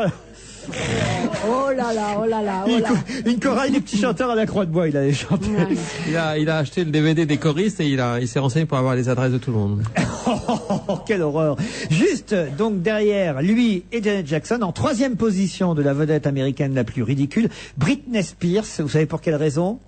Non. Pour son mariage, non? Pour son mariage Pierre, express. Vous vous souvenez qu'elle s'était mariée le vendredi soir, elle a divorcé le samedi midi, prétextant qu'elle était bourrée la veille Et pas la nuit. Ça, vous pensez que c'est possible de se marier parce qu'on est pété, ivre-mort et qu'on se rende compte le matin qu'on a fait une connerie? Non, Bon, franchement. en même temps, c'est Britney Spears, hein, donc même quand elle a pas bu, déjà. Attends, un mariage, tu le fais pas en 5 minutes. Il faut déposer ta liste de mariage. si, c'est à Las Vegas. Il y a beaucoup de choses à faire avant. C'est à Las Vegas. Ah oui. À Las Non, Vegas. elle a pas- minutes, tu te elle a maries. pas déposé une liste et tout aux Galeries Lafayette et tout Parce que ça. moi, là. c'est ça. Moi, je veux dire, un mariage, c'est important. Tu as le choix des alliances, tu as des trucs importants. Ça prend du temps. Tu vas chercher ta robe, tu la fais retoucher. Enfin bon, elle, non, 5 minutes, c'est Las Vegas. Bah, tu sais C'est au pas fait mon comment. monde, c'est pas mon monde. Tu sais au fait comment est-ce qu'on appelle une fille qui a décidé de ne pas coucher avant son mariage? Non. Ah, si elle s'est pas couchée, pourquoi tu veux l'appeler? Dites, en revanche, si ça ne vous est pas arrivé d'être bourré et décider de vous marier, ça, ce qui a dû déjà arriver, c'est le type ou la femme, d'ailleurs, mais c'est plutôt le type, on va dire, qui a tellement bu pendant la cérémonie et pendant le banquet qu'il ne peut pas assurer pendant. Et puis même, il vomit dessus. Non, Et ben ça, franchement, c'est des coups à divorcer le lendemain. ça doit arriver, ça, le type qui peut pas assurer pendant la nuit de noces parce qu'il est torché. Pourquoi vous me regardez spécialement J'ai rien à voir dans vos histoires, moi. Non, mais franchement, si, ça doit arriver, ça, non? Ça doit arriver. Enfin, si c'est pas la première nuit, attendez un mois. Ça, Oui, mais comme ça arrive. généralement la mariée est bourrée aussi, elle s'en rend pas compte. Vous êtes en train de décourager un pauvre garçon qui va bientôt se marier. Vous? Peut-être, par exemple.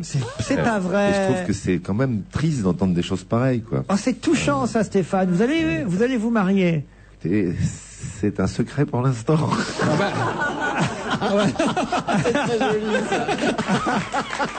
Et Ça ne sortira pas d'ici. même la jeune femme n'est pas au courant. Le culot. Qu'est-ce que vous pouvez être indiscret?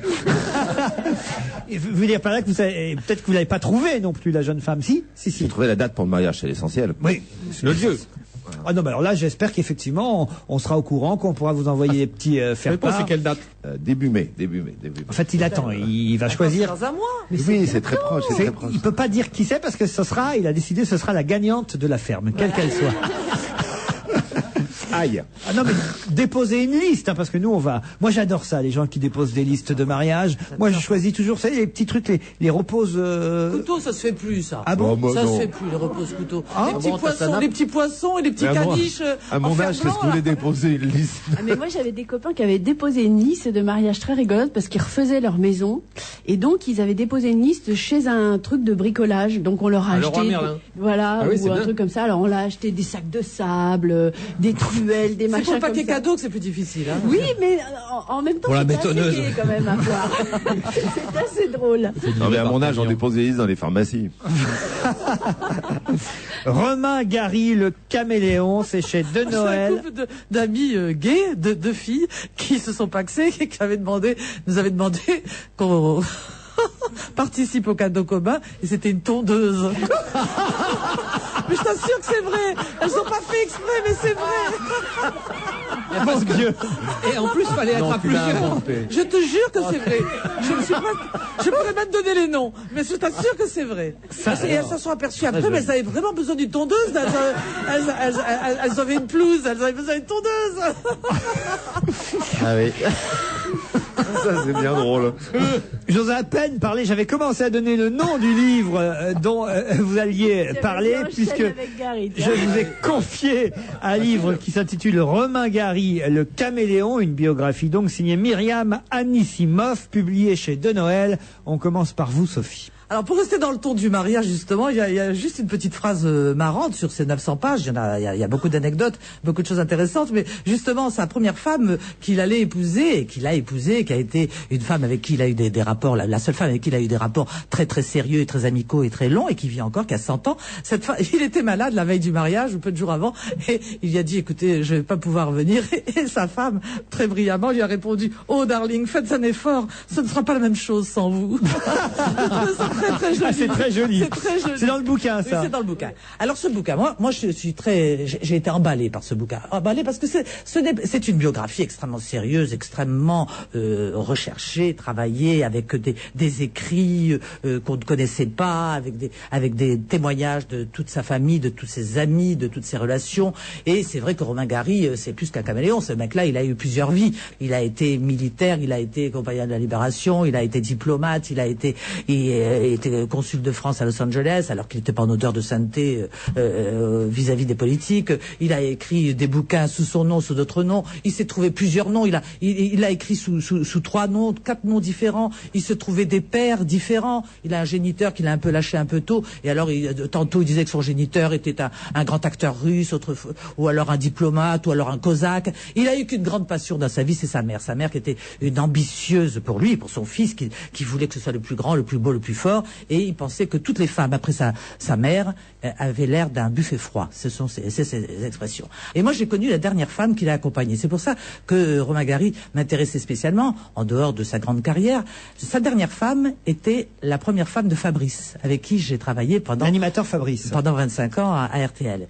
Et j'ai su quasiment en direct le jour où il est mort, car elle était partie vivre avec lui. Et elle a été, je crois, toutes les femmes pensent avoir été exceptionnelles dans la vie d'un grand homme, et on s'aperçoit que finalement on a été plusieurs, mais ça je parle pour moi, mais je dis Leïla Chelabi, qui était donc l'ex-femme de Fabrice, a fini sa vie. On a du mal à suivre ces sagas. Hein. Non, c'est son nom qui est rigolo. Non, mais c'est juste à la fin. C'est juste à la fin du livre. Mais Leïla a beaucoup. Comment? Leïla, elle s'appelait Leïla. Non, mais le nom. Son vrai prénom c'est Robert, si tu veux savoir. Moi je m'appelle Lucienne, elle s'appelle Robert. Le prénom et le nom dans l'ordre. Leïla Chelabi. Oui, c'est bien ce que voilà. Leïla Chelabi. Elle a été, je pense, elle a été terriblement traumatisée parce que c'est elle qui a retrouvé le corps mort puisqu'il s'est suicidé d'une balle dans la tête. Du bateau. Et que c'était pas joli à voir. Un peu de respect pour les morts, s'il vous plaît. Et donc, Leïla a rempli, je crois, une case que Romain Gary cherchait depuis longtemps, à savoir une case familiale. Elle s'est beaucoup occupée de son fils Diego. Elle a été très proche, car Diego, c'était le fils de Gene Seberg de Romain Gary. Diego était un enfant un petit peu ballotté. Romain essayait de le protéger de Gene Seberg, qui était un petit peu à côté de ses paumes, comme chacun passé et qui a terminé aussi très mal. Mais je voulais rendre hommage à Leila Chalabi parce que je sais qu'elle a eu une souffrance terrible de vivre ces derniers mois avec cet homme. Vous ne parlez pas beaucoup du livre là-dedans. Hein. Qu'est-ce que je de quoi je parle? De quoi je parle? Je vous ai parlé. Est-ce qu'elle est bien faite cette biographie? Est-ce qu'elle est passionnante? Elle est bien faite. Je vous dis, elle est pleine d'annotations précises. C'est pas trop long parce que c'est épais quand même. Non, c'est pas trop long. Tu n'en parles pas précisément quand même. Moi, je suis rentrée dans ce bouquin comme dans un roman. Moi, parfois dans les biographies, il y a des trucs. Franchement, je me fous de savoir ce qu'il prend au petit déjeuner, Romain Alors Gary. non, c'est pas ça. C'est surtout que à chaque fois qu'il croise quelqu'un, on fait le portrait de la personne, on la suit, pourquoi, comment, qui sait, d'où il vient, machin. Donc ça, peut-être qu'il y a des moments où on a un peu envie de revenir à Gary lui-même, mais en même temps, c'est vrai que c'est une vie tellement incroyable. C'est vraiment quelque chose qu'on a du mal à laisser, quoi. C'est une biographie qu'on lit comme un roman, comme le disait Sophie, et qu'on a du mal à croire. Alors, on le croit parce que visiblement, elle a fait un travail de fourmi, hein, mais on a du mal à croire. Mais c'est pas une biographie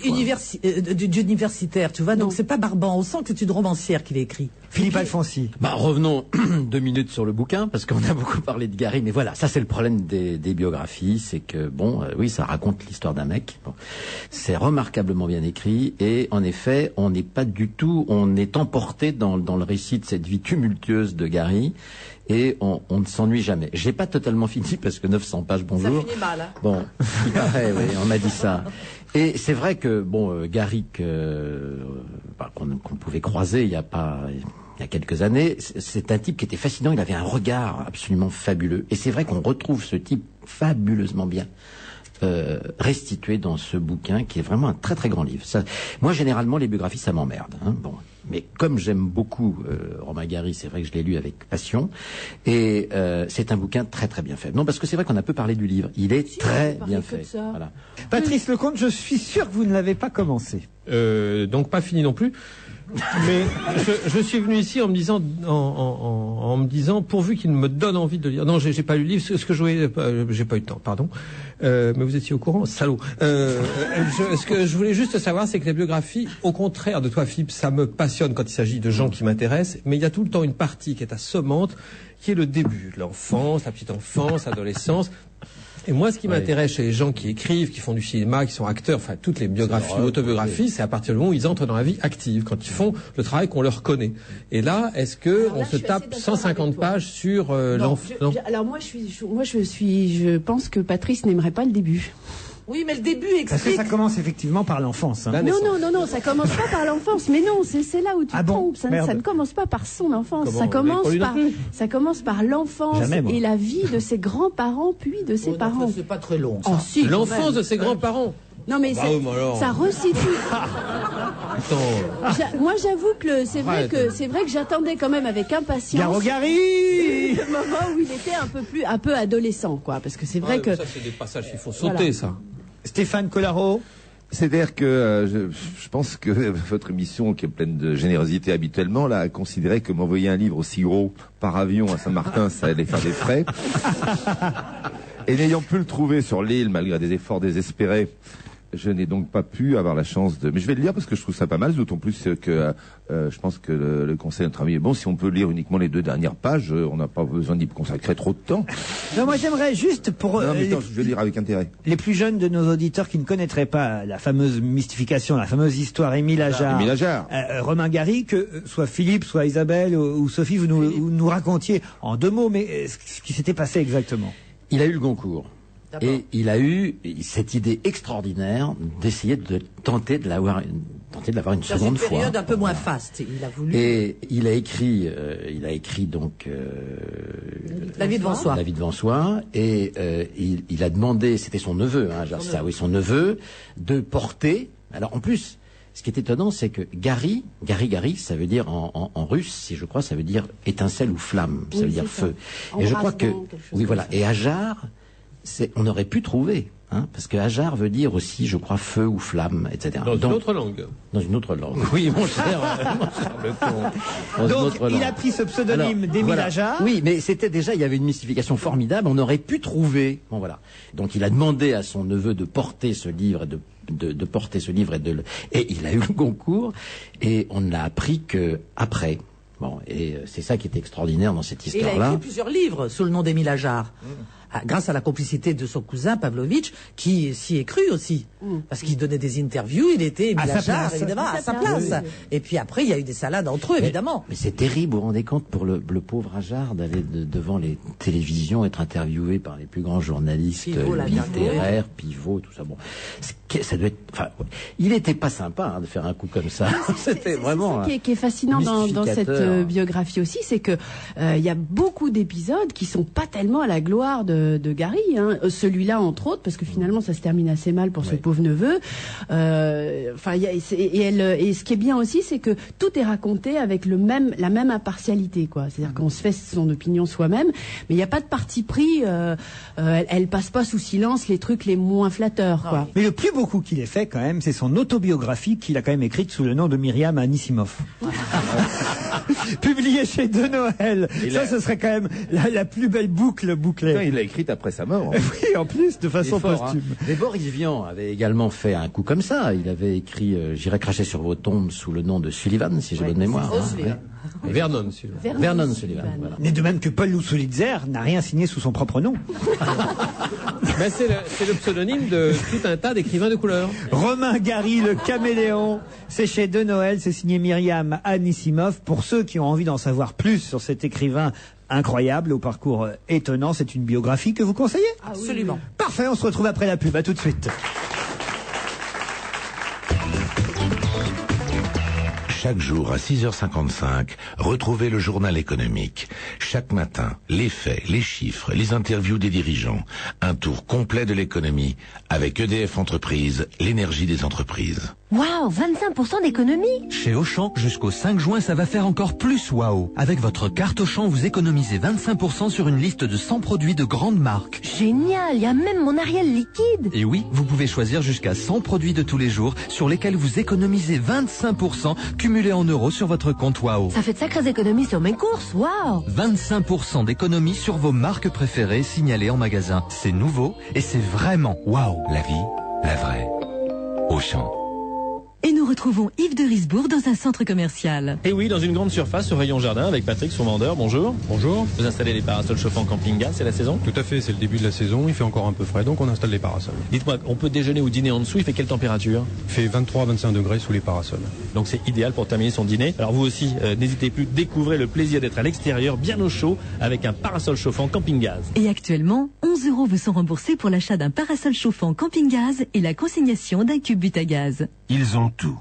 Puissance, gloire, fortune. Et pourtant, ils tuent.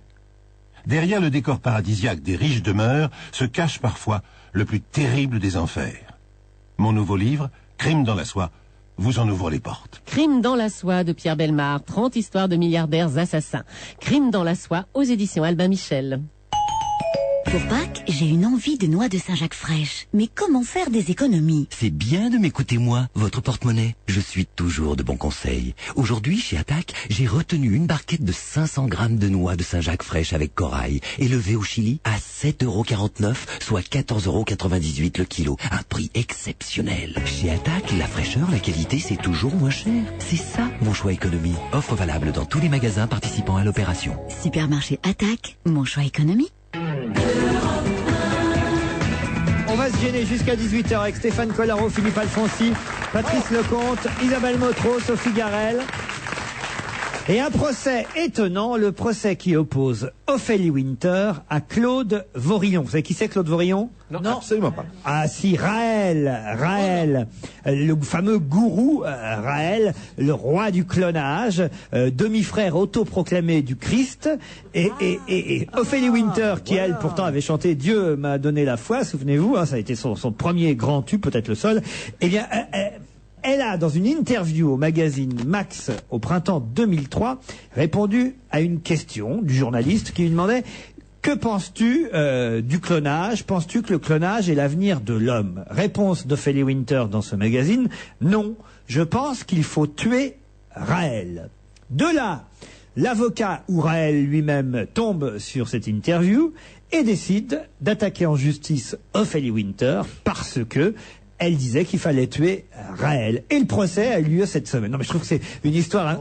Ophélie Winter contre Raël, on est quand même dans le un truc totalement surréaliste. C'est mieux que la ferme. Hein. Vraiment, là, alors. Vous n'avez pas vu ce procès? Non, dans Libération. Alors, là, cette qui a semaine. gagné, là? Alors, j'ai pas encore le résultat. Là, ils sont en train de délibérer, comme on dit dans ces cas-là. Mais ce qui est intéressant, c'est ce que les avocats disent, les avocats de l'un et de l'autre, parce que ni Raël, évidemment, ni Ophélie Winter n'étaient présents devant le tribunal. Maître Valentine Giraud intervenait, elle, au nom de la chanteuse. Elle dit « Pas besoin de présenter Ophélie Winter.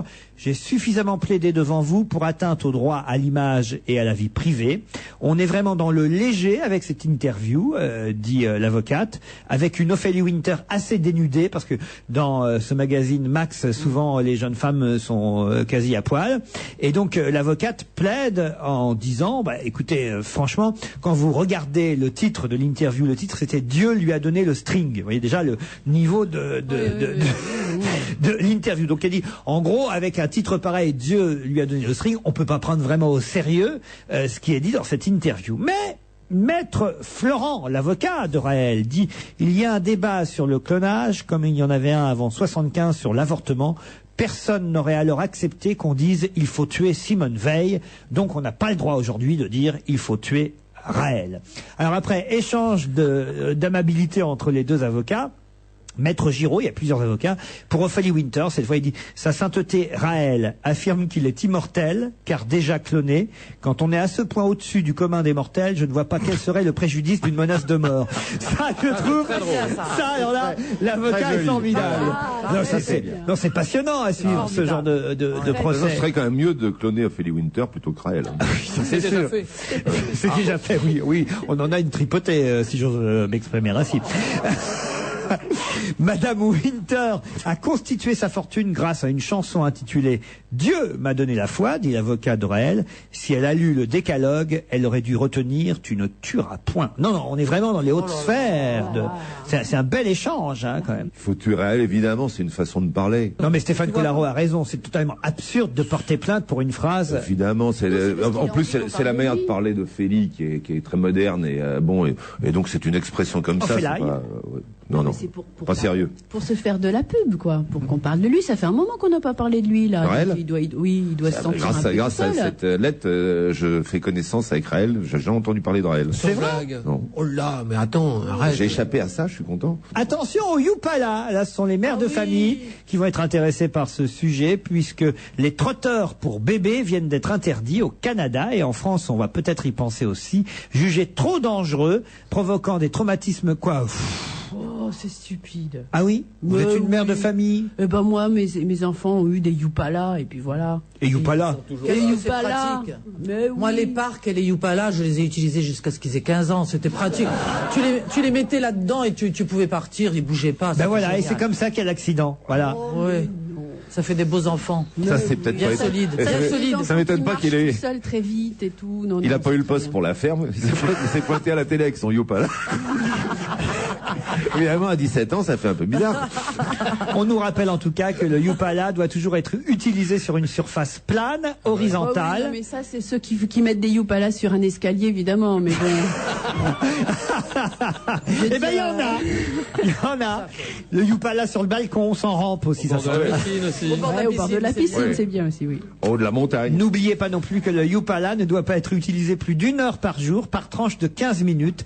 Certaines études ont montré que trop utilisé, il retarderait l'acquisition de la marche. Ah, c'est possible ça. Mais moi j'ai l'impression que les enfants marchent pas de plus en plus vite, c'est-à-dire pas de plus en plus rapidement, mais de plus en plus tôt, je veux dire. Oui, mais ça dépend. Alors quand un enfant marche tôt, moi j'ai eu l'exemple avec ma fille, elle a marché à 8 mois, mais elle était édentée. Donc c'était ridicule parce que les dents, c'est au profit de quelque chose ou au dépens de quelque chose. Donc on voyait cette môme qui avait déjà des longs cheveux noirs à 8 mois, on aurait dit Mireille Mathieu, et elle marchait à 8 mois. Elle marche plus, Mireille Mathieu. Et elle n'avait pas une dent, donc on pensait que c'était vraiment, je veux dire, on se retournait sur elle, elle était vraiment ridicule, c'est vrai. Quant à mon fils, lui, il avait deux rangées de dents et il marchait pas très tard. Pour ça, je l'ai mis dans un Youpala. C'est Carl Giacchino qui disait à Claire Nadeau, tu sais, mon fils, il marche depuis 6 mois. Il disait, dis donc, il doit être loin. Mais on voit des gens même plus âgés que ça qui ont encore des Youpala. Moi, j'ai vu Des des gens gosses très, marcher très à 9 mois, sortis de la maman, hein. Mais à l'âge de 9 mois, ça existe, oui, ça. bien sûr, je te dis Ah, mais 8 moi, mois, ça la me- mienne. Ça me paraît hallucinant, moi. Ah ouais, je dis, c'est Marcher à 9 mois. Ah oui, je vous jure. Oui, ma fille a marché à 8 mois. 9 mois aussi. C'est un signe d'intelligence et de génie. C'est vrai? Non. Ah merde alors. Parce que moi je me suis traîné à Einstein. 4 pattes pendant des ben, années, peut-être pas, mais en tout cas, minimum pour ça, 1 an et demi. Voilà. On m'appelait Mimosa, mes parents m'appelaient Rien que parce que le Mimosa, c'est le petit personnage de Popeye, qui est toujours voilà. Parce que j'étais comme ça, à marcher à 4 pattes pendant très longtemps. C'est marrant, hein, tu t'es bien Eh ben, rattrapé. tu partages hein. ça avec Einstein, Voilà. qui a marché très tard. Mais c'est marrant, c'est les vrai enfances. Moi, j'ai tété ma mère parce que je suis née pendant la guerre, et donc il n'y avait pas de lait, et très peu de vaches à Oran. Donc j'ai tété ma mère jusqu'à 3 ans et demi. Et je lui dévastais le mamelon, évidemment, parce que j'avais des dents qui sciaient. C'est ça, la pauvre femme. Mais c'est vrai, on a tous eu une enfance un peu marquée, quoi. Allez, une autre info intéressante pour les consommateurs que nous sommes, c'est Le Point qui nous dit que... Pourtant, c'était intéressant ce que disait Sophie. Vous avez vu comment j'ai enchaîné? Ah, c'était bien. J'ai Youpala et hop. Voilà. Youpala. C'est Christophe Labbé et Olivia Recasens dans le magazine hebdomadaire, même Le Point, qui nous dit qu'on nous gave de sucre dans la malbouffe, hein, c'est un terme que José Bové aime bien. Nous engloutissons, nous que nous sommes, chacun, hein, chaque individu, chaque Français, 34 kilos d'il y a 5 ans. Notre consommation de sucre dérape dangereusement. Et ce qui est intéressant, c'est le petit montage qu'ils ont fait dans Le Point, où ils nous montrent différents éléments de notre alimentation. Et à côté, ils ont mis l'équivalent en sucre, mais en sucre en morceaux. Par exemple, un pain au chocolat. Vous mangez un pain au chocolat, à votre avis, combien de sucre ça représente? 6. 7 sucres. Non.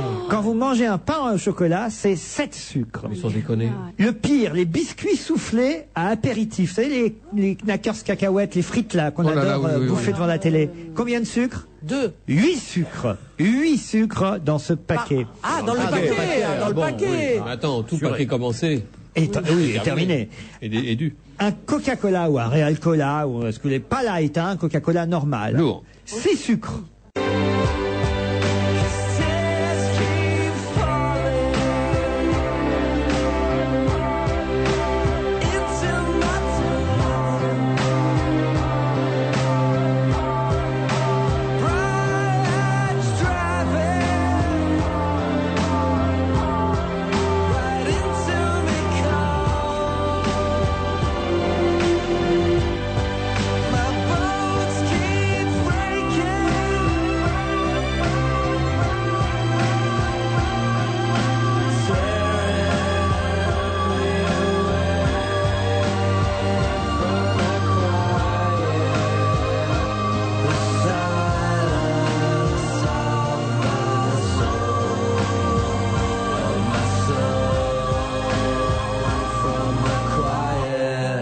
Noise du groupe Archive, ou Archive si vous voulez le prononcer à la française, mais on doit dire Archive. Ils seront en concert le 19 avril prochain à l'Olympia. Monique Pantel, bonjour.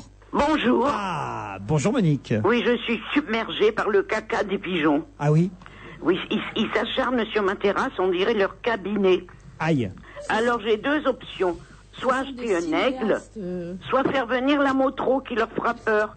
Quand elle leur racontera un film, je crois que ça c'est plus efficace. Hein. Alors passons au film sorti mercredi dernier. J'ai envie de commencer par Scooby-Doo 2. Les monstres se déchaînent. Moi je voulais commencer par un autre. Oh non, d'abord Scooby-Doo 2. Bon, mais je l'ai pas vu, inutile de vous dire. Ben non, mais attention, hein. Quand même Nadia, la fille de Marina, ma femme de ménage, y est allée. Elle a trouvé que c'était hilarant. Il paraît que c'est un bon Scooby-Doo 2. Oui, moi je l'ai pas vu, hein, ça je vous mens pas. Hein. Elle fait la grimace, Isabelle Motro. Moi je l'ai vu, j'ai emmené des enfants, donc c'est un peu longuet quand même, et apparemment les enfants, ils ont trouvé ça un petit peu longuet aussi par moment. Bon, à part ça, j'ai vu un film dont je suis amoureuse. Viva l'Algérie, de Nadir Mokniche. C'est avec 2 actrices sans... Est-ce que tu l'as vu, Motro? Oui. Tu l'as vu et je suis sûre là que tu penses comme moi. Oui, je pense aussi. Avec 2 actrices sensationnelles. Loubna Azabal, Jalil Nasseri, Wagid Takla et Ali Arat. Bijouna. Ouais. C'est un bijou, cette Bijouna. C'est la vie dans l'Alger d'aujourd'hui, avec les attentats, les saloperies des policiers, les dragueurs, les flics et tout ça, enfin bref. Et c'est le destin de deux femmes, une mère et une fille. Elles sont géniales toutes les deux. La mère, c'est une ancienne chanteuse elles vivent dans un hôtel parce qu'elles ont peur du terrorisme. C'est une ancienne chanteuse célèbre.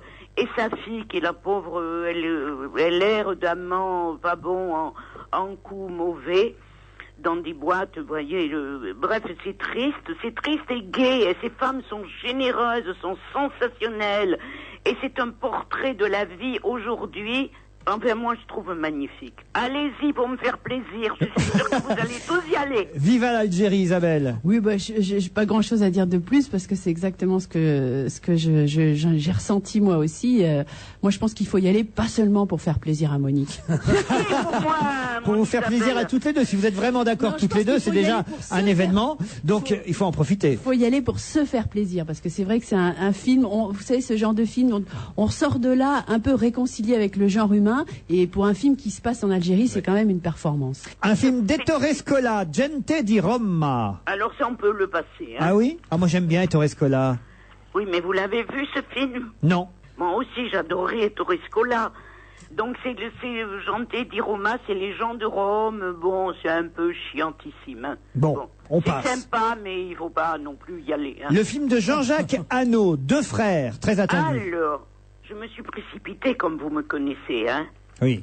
J'ai fait la queue comme tout le monde. Et je me suis assise au milieu de gens qui étaient en extase. Et ça m'a fait rire. Il y avait des vieux, il y avait des jeunes. Ils étaet en extase. Ils faisaient ah, ah. Donc c'est formidable.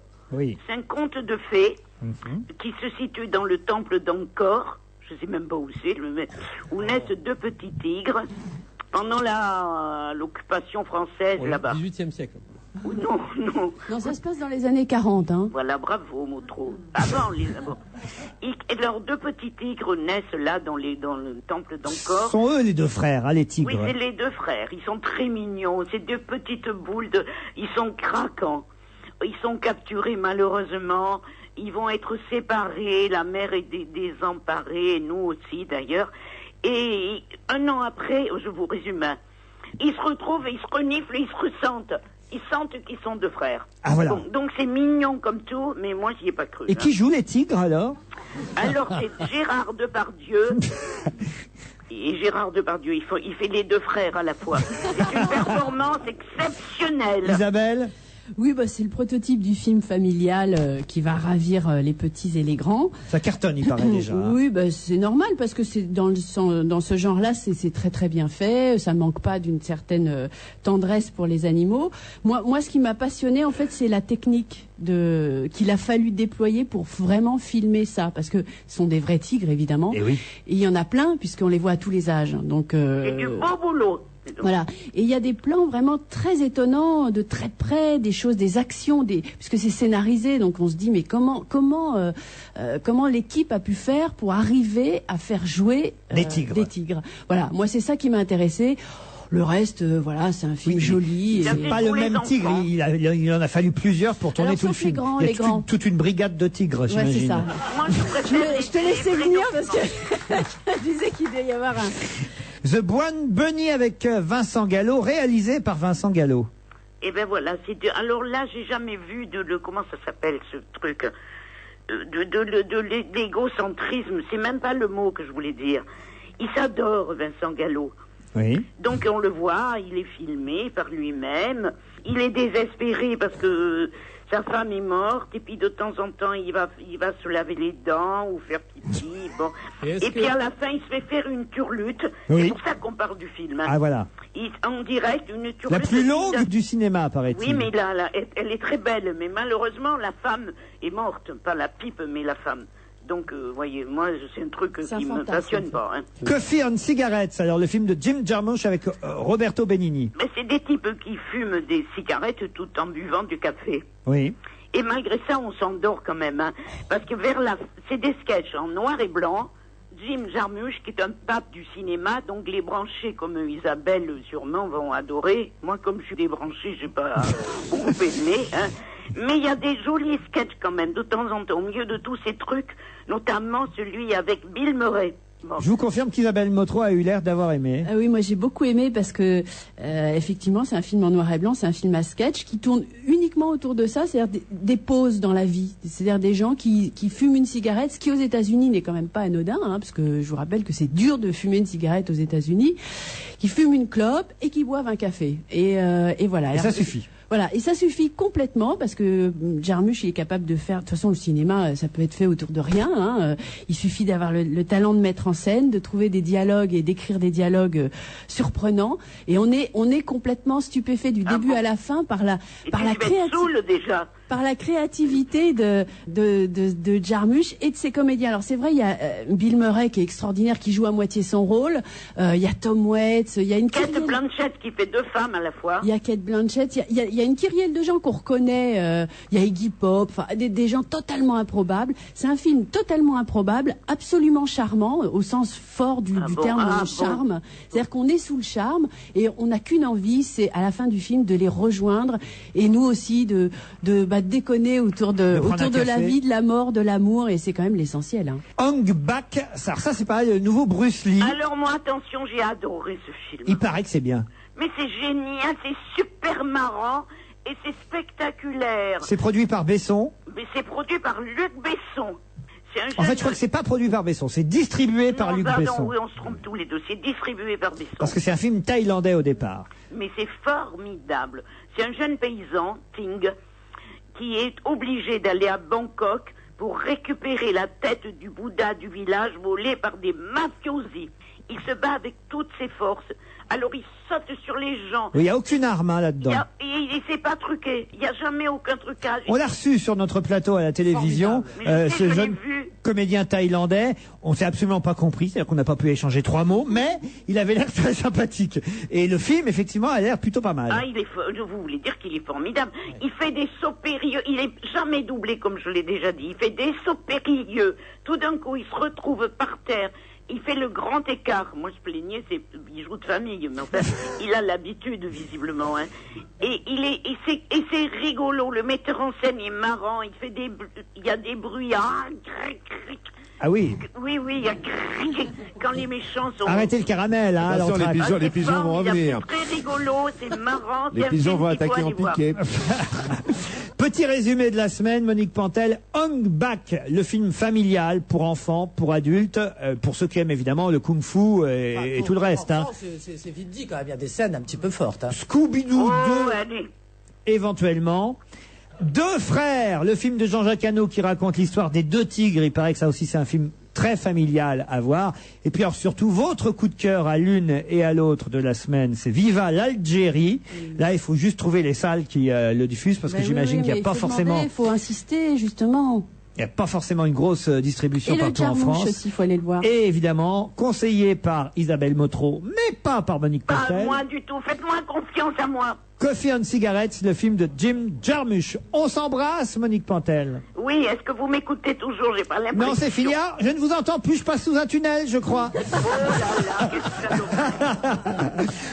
Quelques spectacles à conseiller, Sophie, ou des choses pour le week-end de Pâques, un long week-end. Un long week-end, si vous êtes dans la région parisienne, au château de Chantilly, il y a une exposition magnifique sur les enluminures. C'est un art qui s'est vissé au XVe siècle, et je pense que ça mérite, parce qu'il y a des ateliers de calligraphie et d'enluminure et les fameuses très riches heures du duc de Berry avec des illustrations absolument somptueuses. Ce sont des miniatures peintes vraiment avec beaucoup d'art. Moi, je vous conseille cette exposition qui se déroule au château de Chantilly. Stéphane Collaro.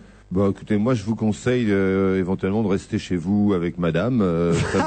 Ça vous coûtera moins cher et ça peut lui faire plaisir. Écoute, empitérique. Moi j'ai encore quelques trucs quand même. Au casino de Biarritz, c'est un spectacle créé par Roger Louret, un spectacle latino, voilà, pendant tout le week-end, samedi, dimanche et lundi. Un spectacle de café-théâtre à Paris, il paraît qu'elle est très drôle. On l'avait eu au téléphone il y a quelques mois de ça. Noël Perna dans Mado la Niçoise. C'est une humoriste à accent, comme on dit, Mado la Niçoise. Il paraît que c'est assez amusant, donc n'hésitez pas à aller au théâtre de la Renaissance jusqu'au 3 juillet.